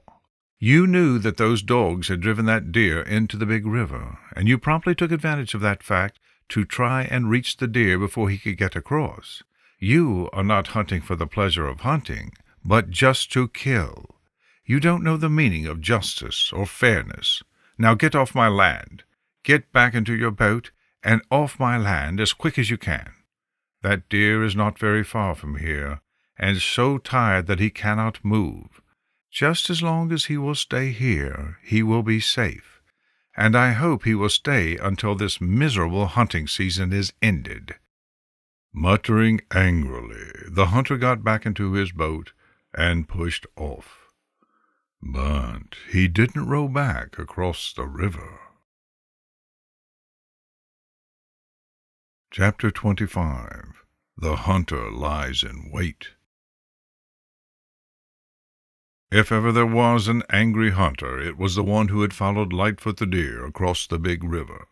When he was ordered to get off the land where Lightfoot had climbed out, he got back into his boat. But he didn't row back to the other side. Instead, he rowed down the river, finally landing on the same side, but on land which Lightfoot's friend did not own. "When that deer has become rested, he'll become uneasy," thought the hunter. "He won't stay on that man's land. He'll start for the nearest woods. I'll go up there and wait for him. I'll get that deer, if only to spite that fellow back there who drove me off. Had it not been for him, I'd have that deer right now. He was too tired to have gone far. He has got the handsomest pair of antlers I've seen for years. I could sell that head of his for a good price." So the hunter tied his boat to a tree and once more climbed out. He climbed up the bank and studied the land. Across a wide meadow he could see a brushy old pasture, and back of that some thick woods. He grinned. "That's where that deer will head for," he decided. "There isn't any other place for him to go. All I've got to do is be patient and wait." So the hunter took his terrible gun and tramped across the meadow to the brush-grown pasture. There he hid among the bushes, where he could peep out and watch the land of Lightfoot's friend. He was still angry because he had been prevented from shooting Lightfoot. At the same time he chuckled, because he thought himself very smart. Lightfoot couldn't possibly reach the shelter of the woods without giving him a shot, and he hadn't the least doubt that Lightfoot would start for the woods just as soon as he felt able to travel. So he made himself comfortable, and prepared to wait for the rest of the day, if necessary. Now Lightfoot's friend, who had driven the hunter off, had seen him row down the river, and he had guessed just what was in the hunter's mind. "We'll fool him," said he, chuckling to himself, as he walked back towards the shed. where poor Lightfoot was resting. He did not go too near Lightfoot, for he did not want to alarm him. He just kept within sight of Lightfoot, paying no attention to him, but going about his work. You see, this man loved and understood the little people of the Green Forest and the Green Meadows, and he knew that there was no surer way of winning Lightfoot's confidence and trust than by appearing to take no notice of him. Lightfoot, watching him, understood. He knew that this man was a friend, and would do him no harm. Little by little, the wonderful, blessed feeling of safety crept over Lightfoot. No hunter would harm him here. Chapter 26. Lightfoot Does the Wise Thing. All the rest of that day, the hunter with the terrible gun lay hidden in the bushes of the pasture, where he could watch for Lightfoot the Deer to leave the place of safety he had found. It required a lot of patience on the part of the hunter, but the hunter had plenty of patience. It sometimes seems as if hunters have more patience than any other people. But this hunter waited in vain. Jolly round red Mr. Sun sank down in the west to his bed behind the purple hills. The black shadows crept out and grew blacker. One by one the stars began to twinkle. Still the hunter waited, and still there was no sign of Lightfoot. At last it became so dark that it was useless for the hunter to remain any longer. Disappointed, and once more becoming angry, he tramped back to the big river, climbed into his boat, and rowed across to the other side. Then he tramped home, and his thoughts were very bitter. He knew that he could have shot Lightfoot if it had not been for the man who had protected the deer. He even began to suspect that this man had himself killed Lightfoot, for he had been sure that as soon as he had become rested, Lightfoot would start for the woods, and Lightfoot had done nothing of the kind. In fact, the hunter had not so much as another glimpse of Lightfoot. The reason that the hunter had been so disappointed was that Lightfoot was smart. He was smart enough to understand that the man who was saving him from the hunter had done it because he was a true friend. All the afternoon, Lightfoot had rested on a bed of soft hay in an open shed, and had watched this man going about his work and taking the utmost care to do nothing to frighten Lightfoot. "He not only will let no one else harm me, but he himself will not harm me," thought Lightfoot. "As long as he is near, I am safe. I'll stay right around here until the hunting season is over. Then I'll swim back across the big river to my home in the dear Green Forest." So all afternoon Lightfoot rested, and did not so much as put his nose outside that open shed. That is why the hunter got no glimpse of him. When it became dark, so dark that he knew there was no longer danger, Lightfoot got up and stepped out under the stars. He was feeling quite himself again. His splendid strength had returned. He bounded lightly across the meadow, and up into the brushy pasture where the hunter had been hidden. There, and in the woods back of the pasture, he browsed. But at the first hint of the coming of another day, Lightfoot turned back, and when his friend the hunter came out early in the morning to milk the cows, there was Lightfoot, back in the open shed. The farmer smiled. "You are as wise as you are handsome, old fellow," said he. Chapter 27. Sammy Jay Worries. It isn't often Sammy Jay worries about anybody but himself. Truth to tell, he doesn't worry about himself very often. You see, Sammy is smart, and he knows he is smart. Under that pointed cap of his are some of the cleverest wits in all the Green Forest. Sammy seldom worries about himself, because he feels quite able to take care of himself. But Sammy Jay was worrying now. He was worrying about Lightfoot the Deer.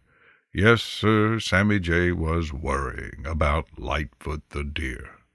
For 2 days he had been unable to find Lightfoot or any trace of Lightfoot.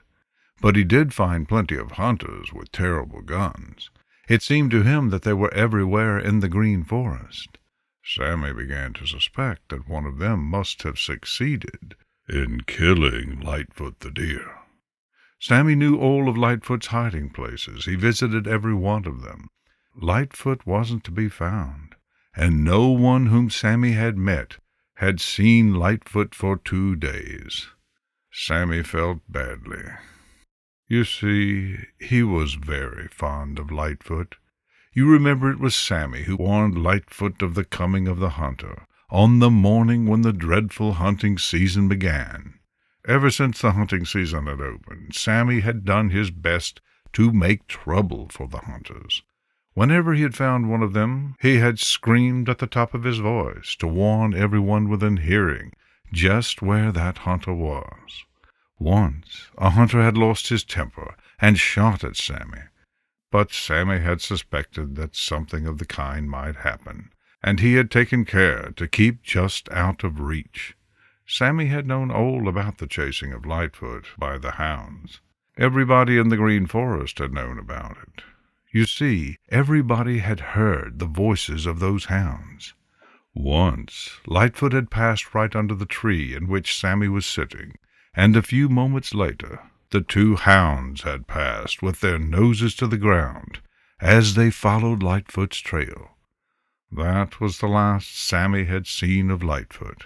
He had been able to save Lightfoot from the hunters, but he couldn't save him from the hounds. The more Sammy thought things over, the more he worried. "I'm afraid those hounds drove him out where a hunter could get a shot and kill him, or else they tired him out and killed him themselves," thought Sammy.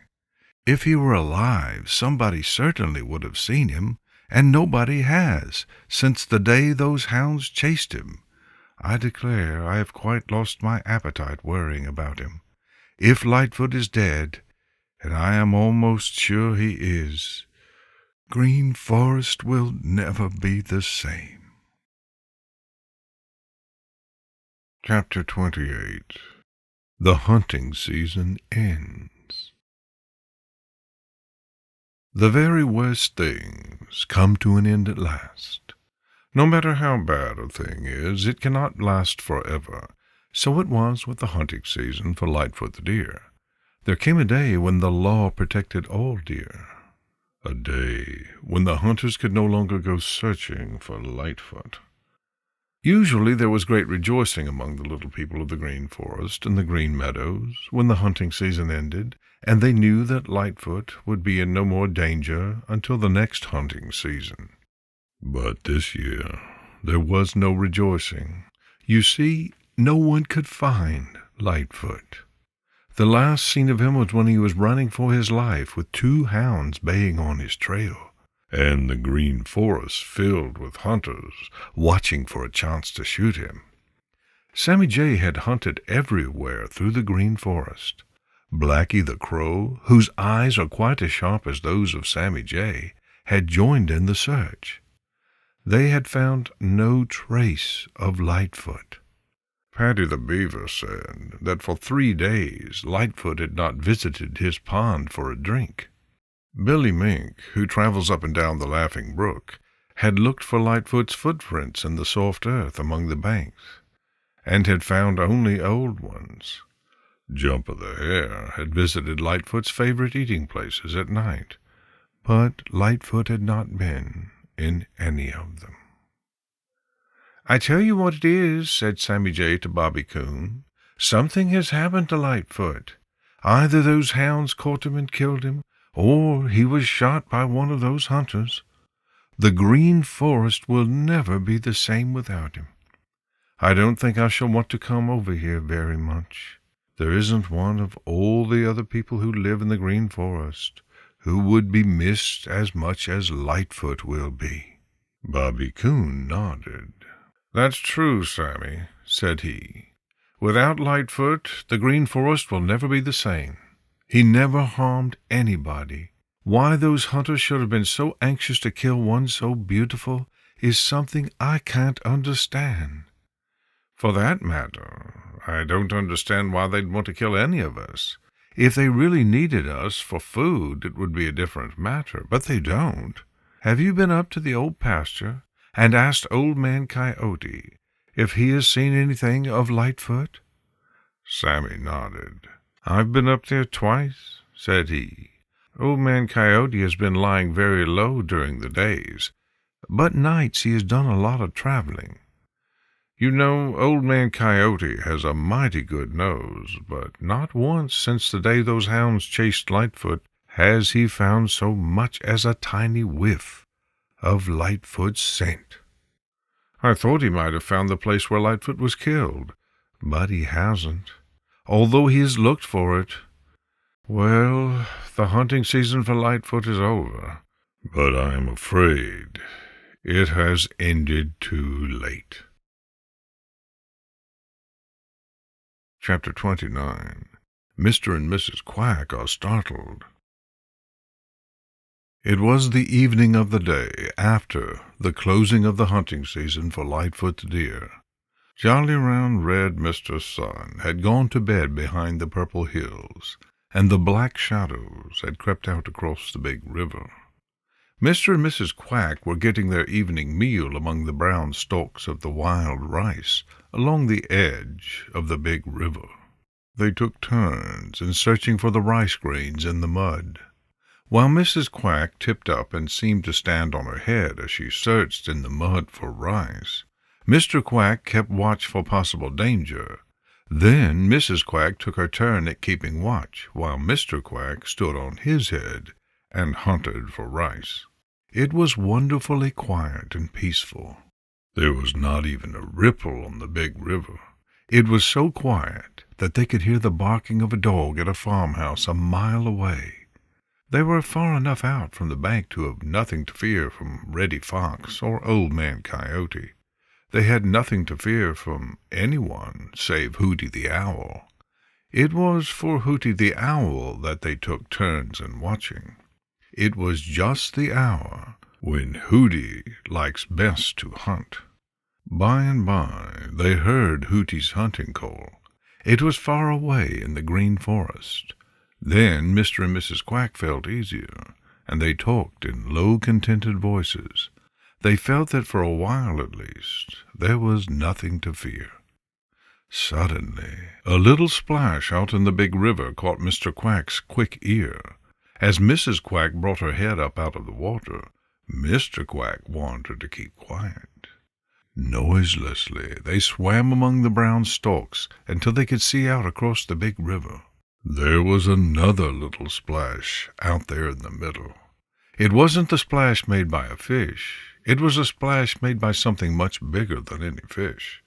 Presently they made out a silver line moving towards them from the black shadows. They knew exactly what it meant.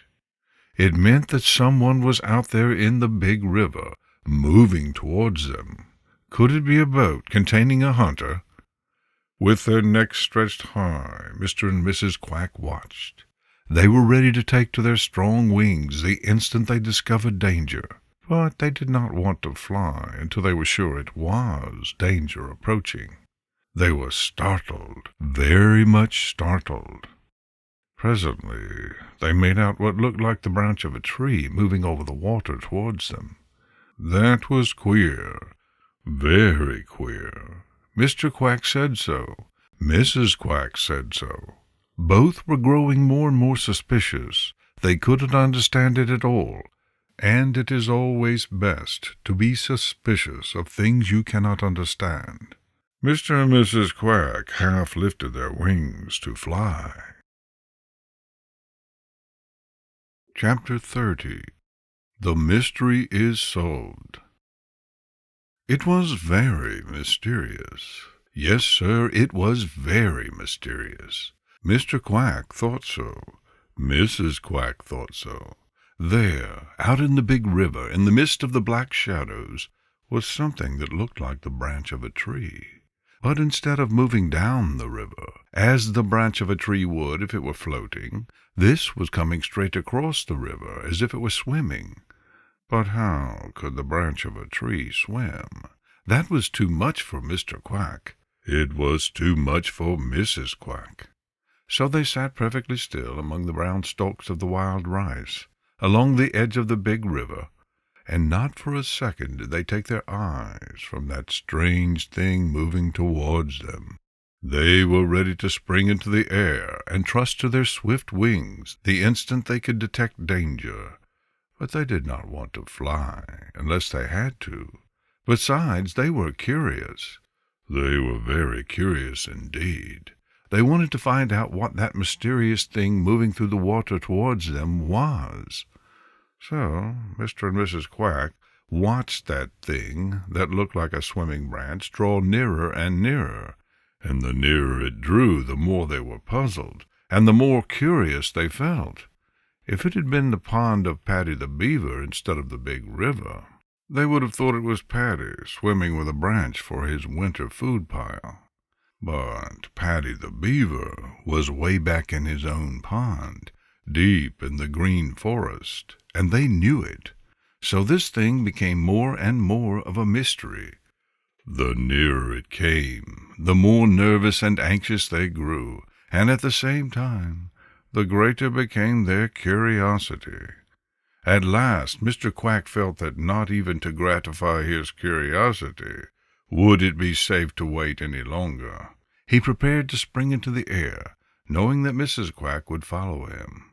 It was just then that a funny little sound reached him. It was a half-snort, half-cough, as if someone had sniffed some water up his nose. There was something familiar about that sound. Mr. Quack decided to wait for a few minutes longer. "I'll wait," thought Mr. Quack, "until that thing, whatever it is, comes out of those black shadows into the moonlight. Somehow I have a feeling that we are in no danger." So Mr. and Mrs. Quack waited and watched. In a few minutes the thing that looked like the branch of a tree came out of the black shadows into the moonlight. And then the mystery was solved. It was a mystery no longer. They saw that they had mistaken the antlers of Lightfoot the Deer for the branch of a tree.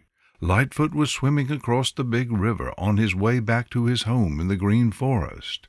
At once Mr. and Mrs. Quack swam out to meet him and to tell him how glad they were that he was alive and safe. Chapter 31. A Surprising Discovery. Probably there was no happier Thanksgiving in all the great world than the Thanksgiving of Lightfoot the Deer, when the dreadful hunting season ended and he was once more back in his beloved green forest, with nothing to fear.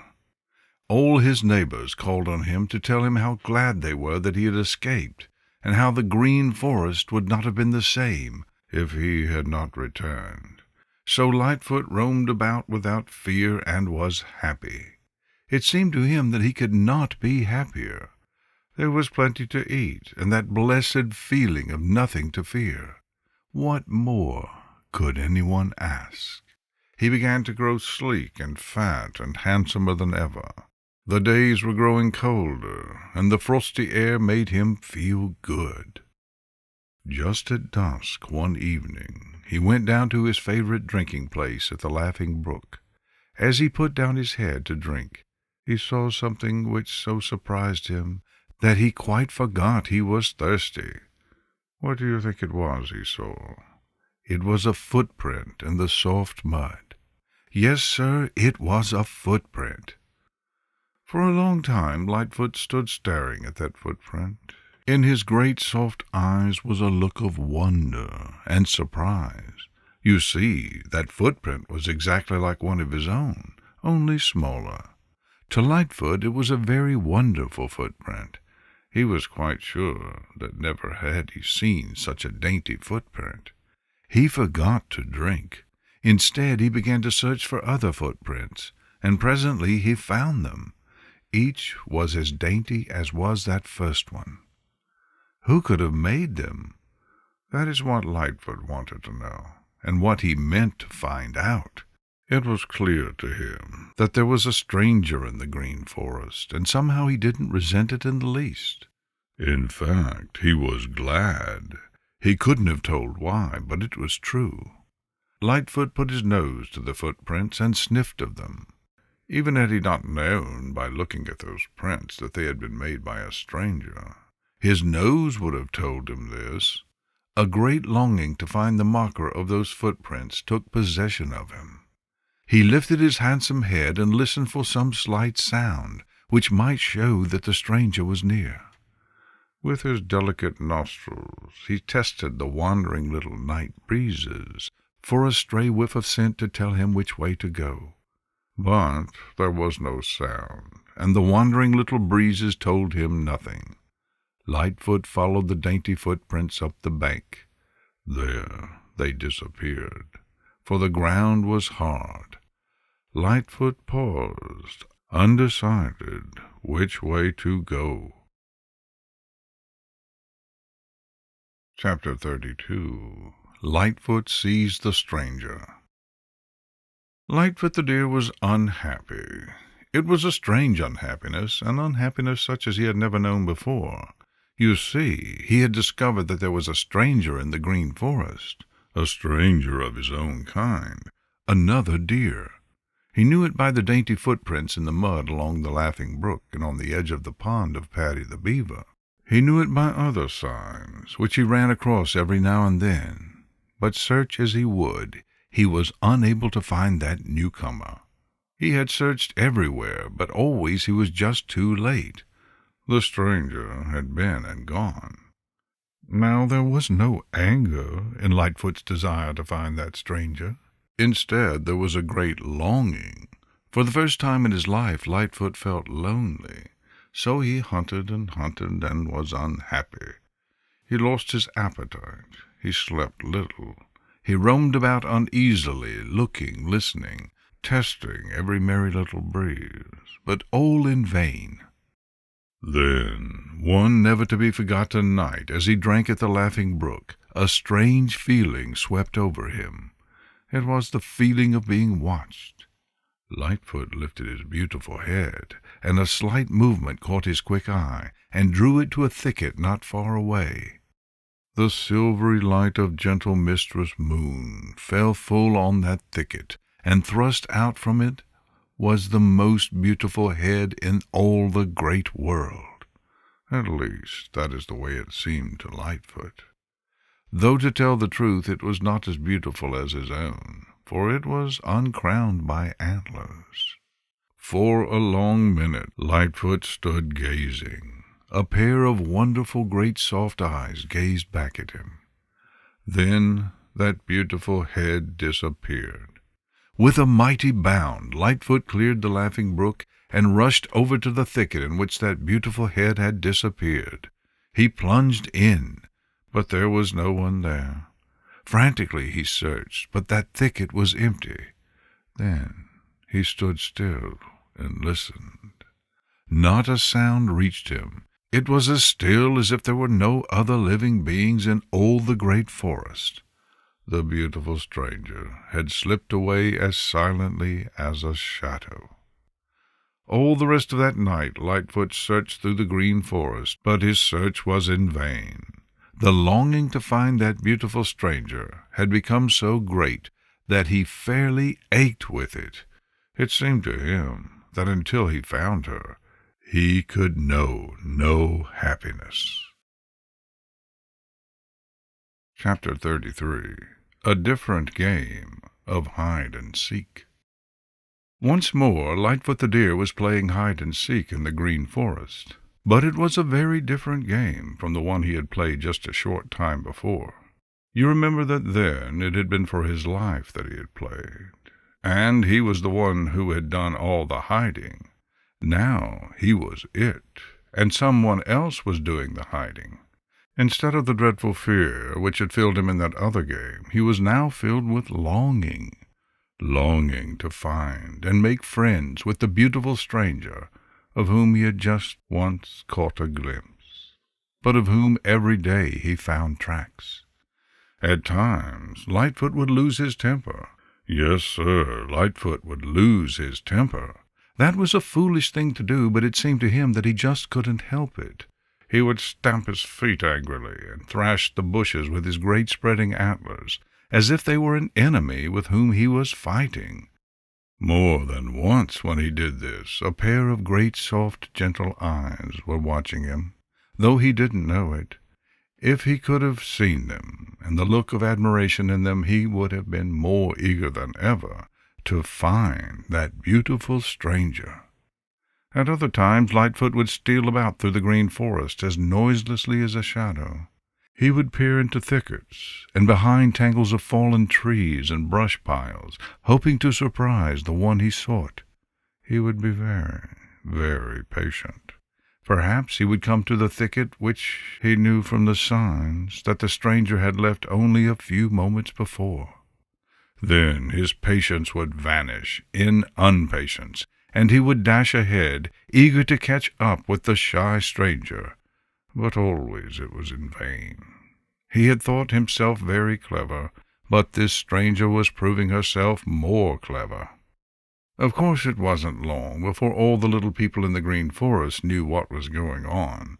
They knew all about that game of hide-and-seek, just as they had known all about that other game of hide-and-seek with the hunters. But now, instead of trying to help Lightfoot as they did then, they gave him no help at all. The fact is, they were enjoying that game. Mischievous Sammy Jay even went so far as to warn the stranger several times when Lightfoot was approaching. Of course, Lightfoot knew when Sammy did this, and each time he lost his temper. For the time being, he quite forgot all that Sammy had done for him when he was the one that was being hunted. Once Lightfoot almost ran smack into Buster Bear, and was so provoked by his own carelessness that instead of bounding away, he actually threatened to fight Buster.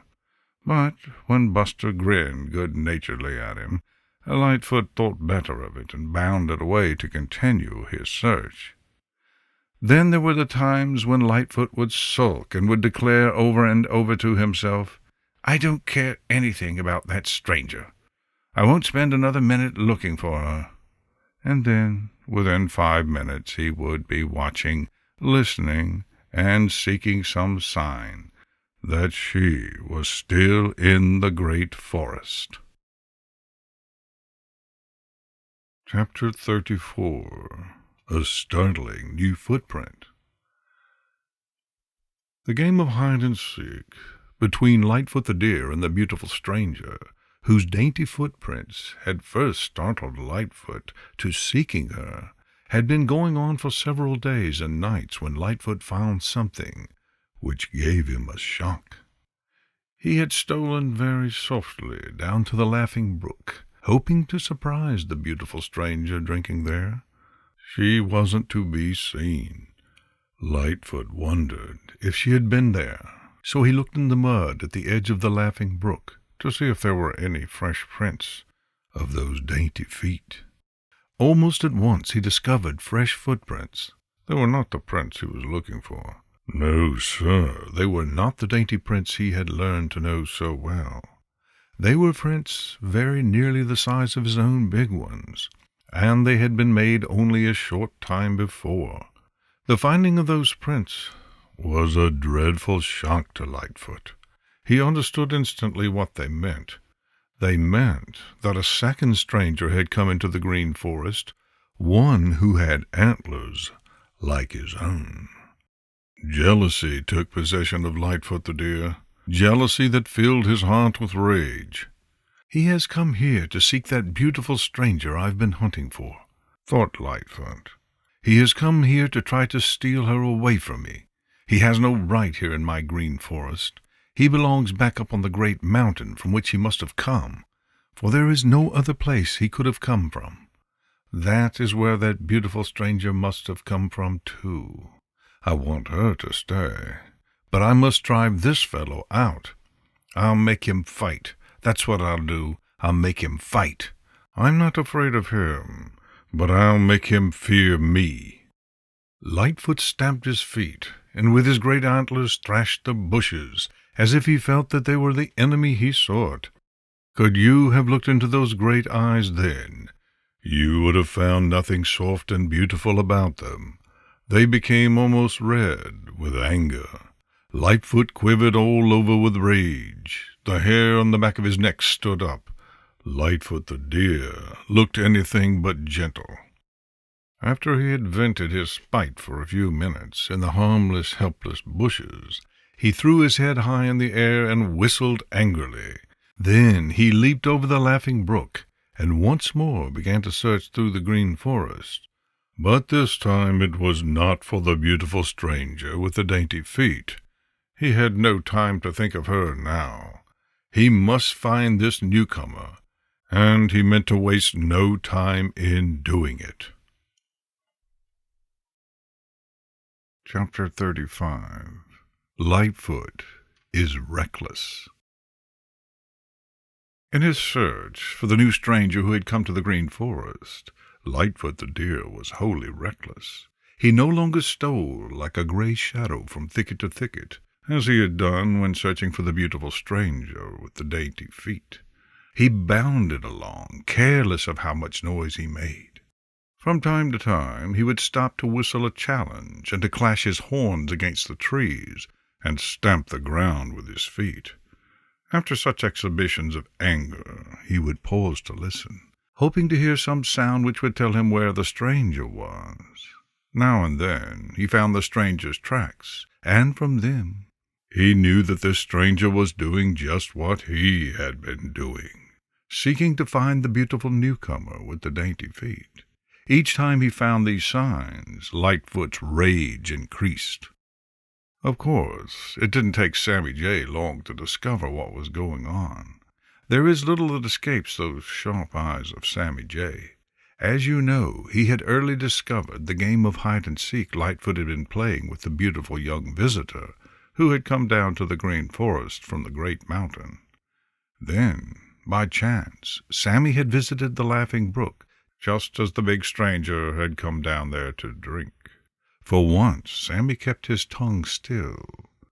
"There's going to be excitement here when Lightfoot discovers this fellow," thought Sammy. "If ever they meet, and I have a feeling that they will, there is going to be a fight worth seeing. I must pass the word around." So Sammy Jay hunted up his cousin Blacky the Crow and told him what he had discovered. Then he hunted up Bobby Coon and told him. He saw Uncle Billy Possum sitting in the doorway of his hollow tree and told him. He discovered Jumper the Hare sitting under a little hemlock tree and told him. Then he flew over to the dear Old Briar patch to tell Peter Rabbit. Of course, he told Drummer the Woodpecker, Tommy Tit the Chickadee, and Yank Yank the Nuthatch, who were over in the old orchard, and they at once hurried to the Green Meadows, for they couldn't think of missing anything so exciting as would be the meeting between Lightfoot and the big stranger from the Green Mountain. Sammy didn't forget to tell Paddy the Beaver, but it was no news to Paddy. Paddy had seen the big stranger on the edge of his pond early the night before. Of course, Lightfoot knew nothing about all this. His one thought was to find that big stranger and drive him from the green forest. And so he continued his search tirelessly. Chapter 36. Sammy Jay Takes a Hand. Sammy Jay was bubbling over with excitement as he flew about through the green forest, following Lightfoot the Deer. He was so excited he wanted to scream, but he didn't. He kept his tongue still. You see, he didn't want Lightfoot to know that he was being followed. Under that pointed cap of Sammy Jay's are quick wits. It didn't take him long to discover that the big stranger whom Lightfoot was seeking was doing his best to keep out of Lightfoot's way, and that he was having no difficulty in doing so, because of the reckless way in which Lightfoot was searching for him. Lightfoot made so much noise that it was quite easy to know just where he was, and so keep out of his sight. That stranger is nearly as big as Lightfoot, but it is very plain that he doesn't want to fight, thought Sammy. He must be a coward. Now the truth is, the stranger was not a coward. He was ready and willing to fight if he had to, but if he could avoid fighting, he meant to. You see, big as he wasn't quite so big as Lightfoot, and he knew it. He had seen Lightfoot's big footprints, and from their size he knew that Lightfoot must be bigger and heavier than he. Then, too, he knew that he really had no right to be there in the Green Forest. That was Lightfoot's home, and so he was an intruder. He knew that Lightfoot would feel this way about it, and that this would make him fight all the harder. So the big stranger wanted to avoid a fight if possible. But he wanted still more to find that beautiful young visitor with the dainty feet, for whom Lightfoot had been looking. He wanted to find her just as Lightfoot wanted to find her, and he hoped that if he did find her, he could take her away with him back to the Green Mountain. If he had to, he would fight for her, but until he had to, he would keep out of the fight. So he dodged Lightfoot and at the same time looked for the beautiful stranger. All this Sammy Jay guessed, and after a while he grew tired of following Lightfoot for nothing. "I'll have to take a hand in this thing myself," muttered Sammy. "At this rate, Lightfoot will never find that big stranger." So Sammy stopped following Lightfoot and began to search through the Green Forest for the big stranger. It didn't take very long to find him. He was over near the pond of Paddy the Beaver. As soon as he saw him, Sammy began to scream at the top of his lungs. At once he heard the sound of snapping twigs at the top of a little ridge back of Paddy's pond, and knew that Lightfoot had heard and understood. Chapter 37. The Great Fight. Down from the top of the ridge back of the pond of Paddy the Beaver plunged Lightfoot the Deer, his eyes blazing with rage. He had understood the screaming of Sammy Jay. He knew that somewhere down there was the big stranger he had been looking for. The big stranger had understood Sammy's screaming quite as well as Lightfoot. He knew that to run away now would be to prove himself a coward, and forever disgrace himself in the eyes of Miss Daintyfoot, for that was the name of the beautiful stranger he had been seeking. He must fight. There was no way out of it. He must fight. The hair on the back of his neck stood up with anger, just as did the hair on the neck of Lightfoot. His eyes also blazed. He bounded out into a little open place by the pond of Paddy the Beaver, and there he waited. Meanwhile, Sammy Jay was flying about in the greatest excitement, screaming at the top of his lungs, "A fight! A fight! A fight!" Blacky the Crow, over in another part of the Green Forest, heard him, and took up the cry, and at once hurried over to Paddy's pond. Everybody who was near enough hurried there. Bobby Coon and Unc' Billy Possum climbed trees from which they could see and at the same time be safe. Billy Mink hurried to a safe place on the dam of Paddy the Beaver. Paddy himself jumped up on the roof of his house out in the pond. Peter Rabbit and Jumper the Hare, who happened to be not far away, hurried over where they could peep out from under some young hemlock trees.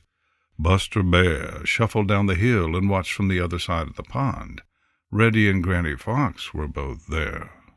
For what seemed like the longest time, but which was only a minute, Lightfoot and the big stranger stood still, glaring at each other. Then, snorting with rage, they lowered their heads and plunged together. Their antlers clashed with a noise that rang through the Green Forest, and both fell to their knees. There they pushed and struggled. Then they separated and backed away to repeat the movement over again. It was a terrible fight. Everybody said so. If they had not known before, everybody knew now what those great antlers were for. Once the big stranger managed to reach Lightfoot's right shoulder with one of the sharp points of his antlers, and made a long tear in Lightfoot's gray coat. It only made Lightfoot fight harder. Sometimes they would rear up and strike with their sharp hooves. Back and forth they plunged, and the ground was torn up by their feet. Both were getting out of breath, and from time to time they had to stop for a moment's rest. Then they would come together again more fiercely than ever. Never had such a fight been seen in the Green Forest. Chapter 38. An Unseen Watcher. As Lightfoot the Deer and the big stranger from the great mountain fought in the little opening near the pond of Paddy the Beaver, neither cared or knew who saw them. Each was filled fully with rage and determined to drive the other from the green forest. Each was fighting for the right to win the love of Miss Daintyfoot.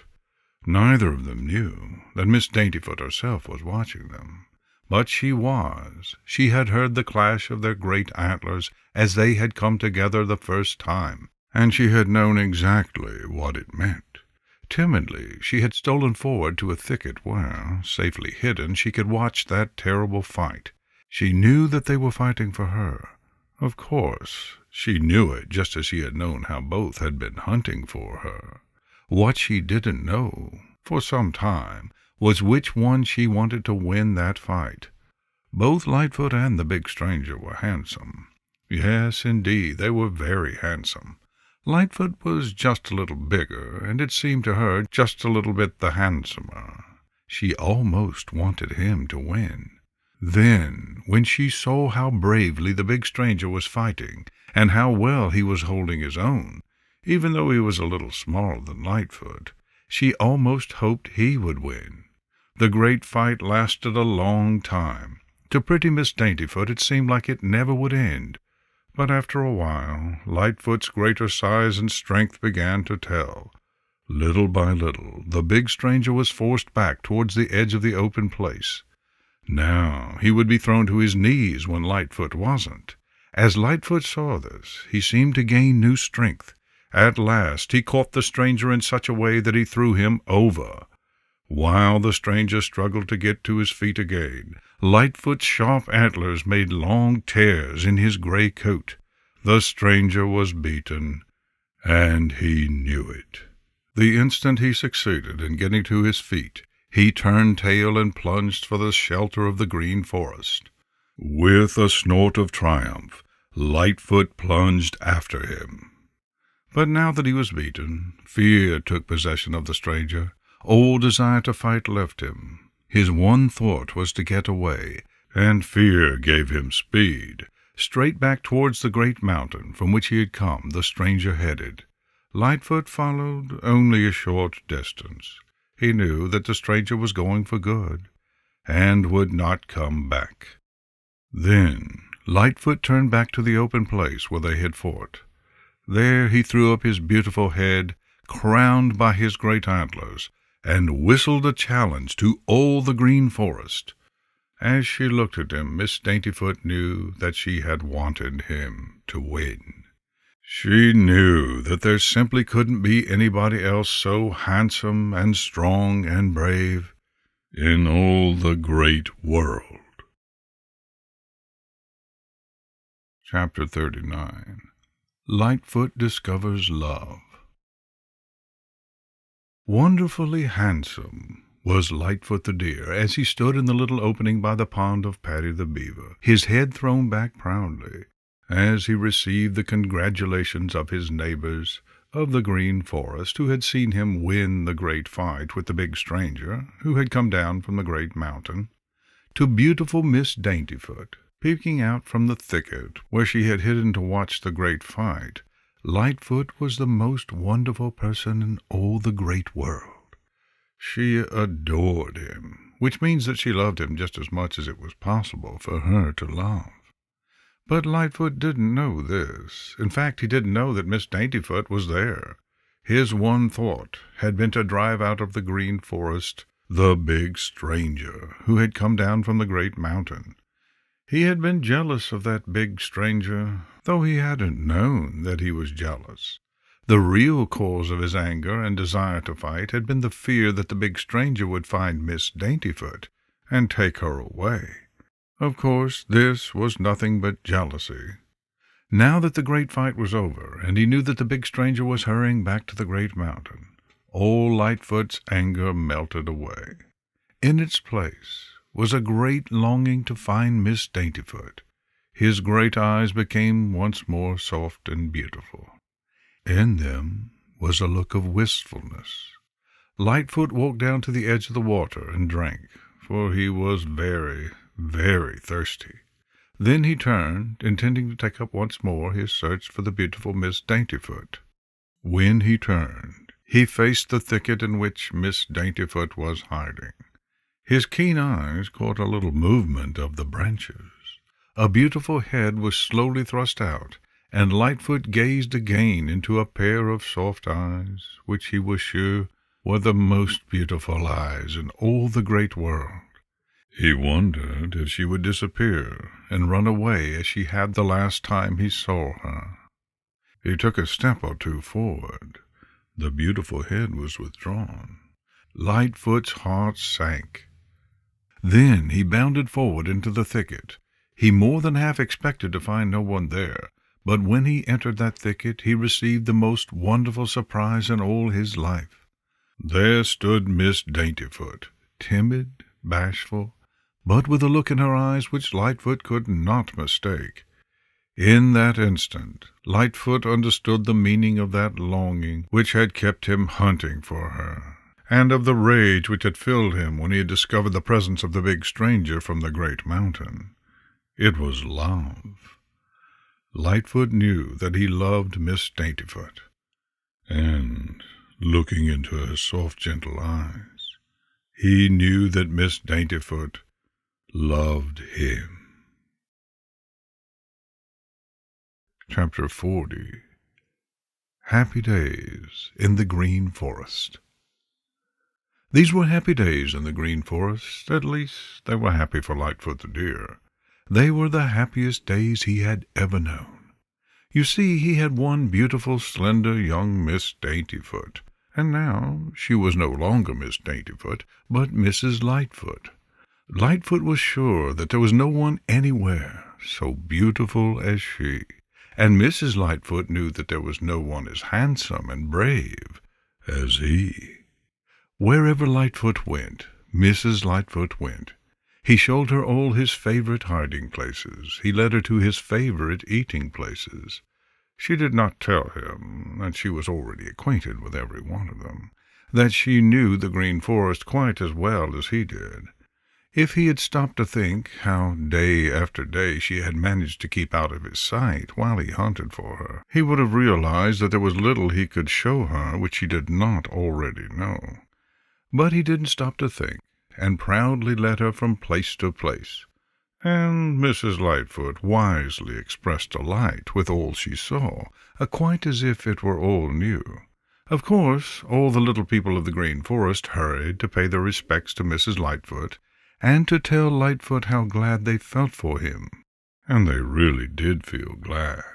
You see, they all loved Lightfoot, and they knew that now he would be happier than ever, and that there would be no danger of his leaving the Green Forest because of loneliness. The Green Forest would not be the same at all without Lightfoot the Deer. Lightfoot told Mrs. Lightfoot all about the terrible days of the hunting season, and how glad he was that she had not been in the Green Forest then. He told her how the hunters with terrible guns had given him no rest, and how he had had to swim the big river to get away from the hounds. "I know," replied Mrs. Lightfoot softly. "I know all about it. You see, there were hunters on the great mountain. In fact, that is how I happened to come down to the Green Forest. They hunted me so up there that I did not dare stay, and I came down here thinking that there might be fewer hunters. I wouldn't have believed that I could ever be thankful to hunters for anything, but I am. Truly I am." There was a puzzled look on Lightfoot's face. "What for?" he demanded. "I can't imagine anybody being thankful to hunters for anything." "Oh, you stupid," cried Mrs. Lightfoot. "Don't you see that if I hadn't been driven down from the great mountain, I never would have found you?" "You mean I never would have found you," retorted Lightfoot. "I guess I owe those hunters more than you do. I owe them the greatest happiness I have ever known. But I never would have thought of it myself. Isn't it queer how things which seem the very worst possible sometimes turn out to be the very best possible?"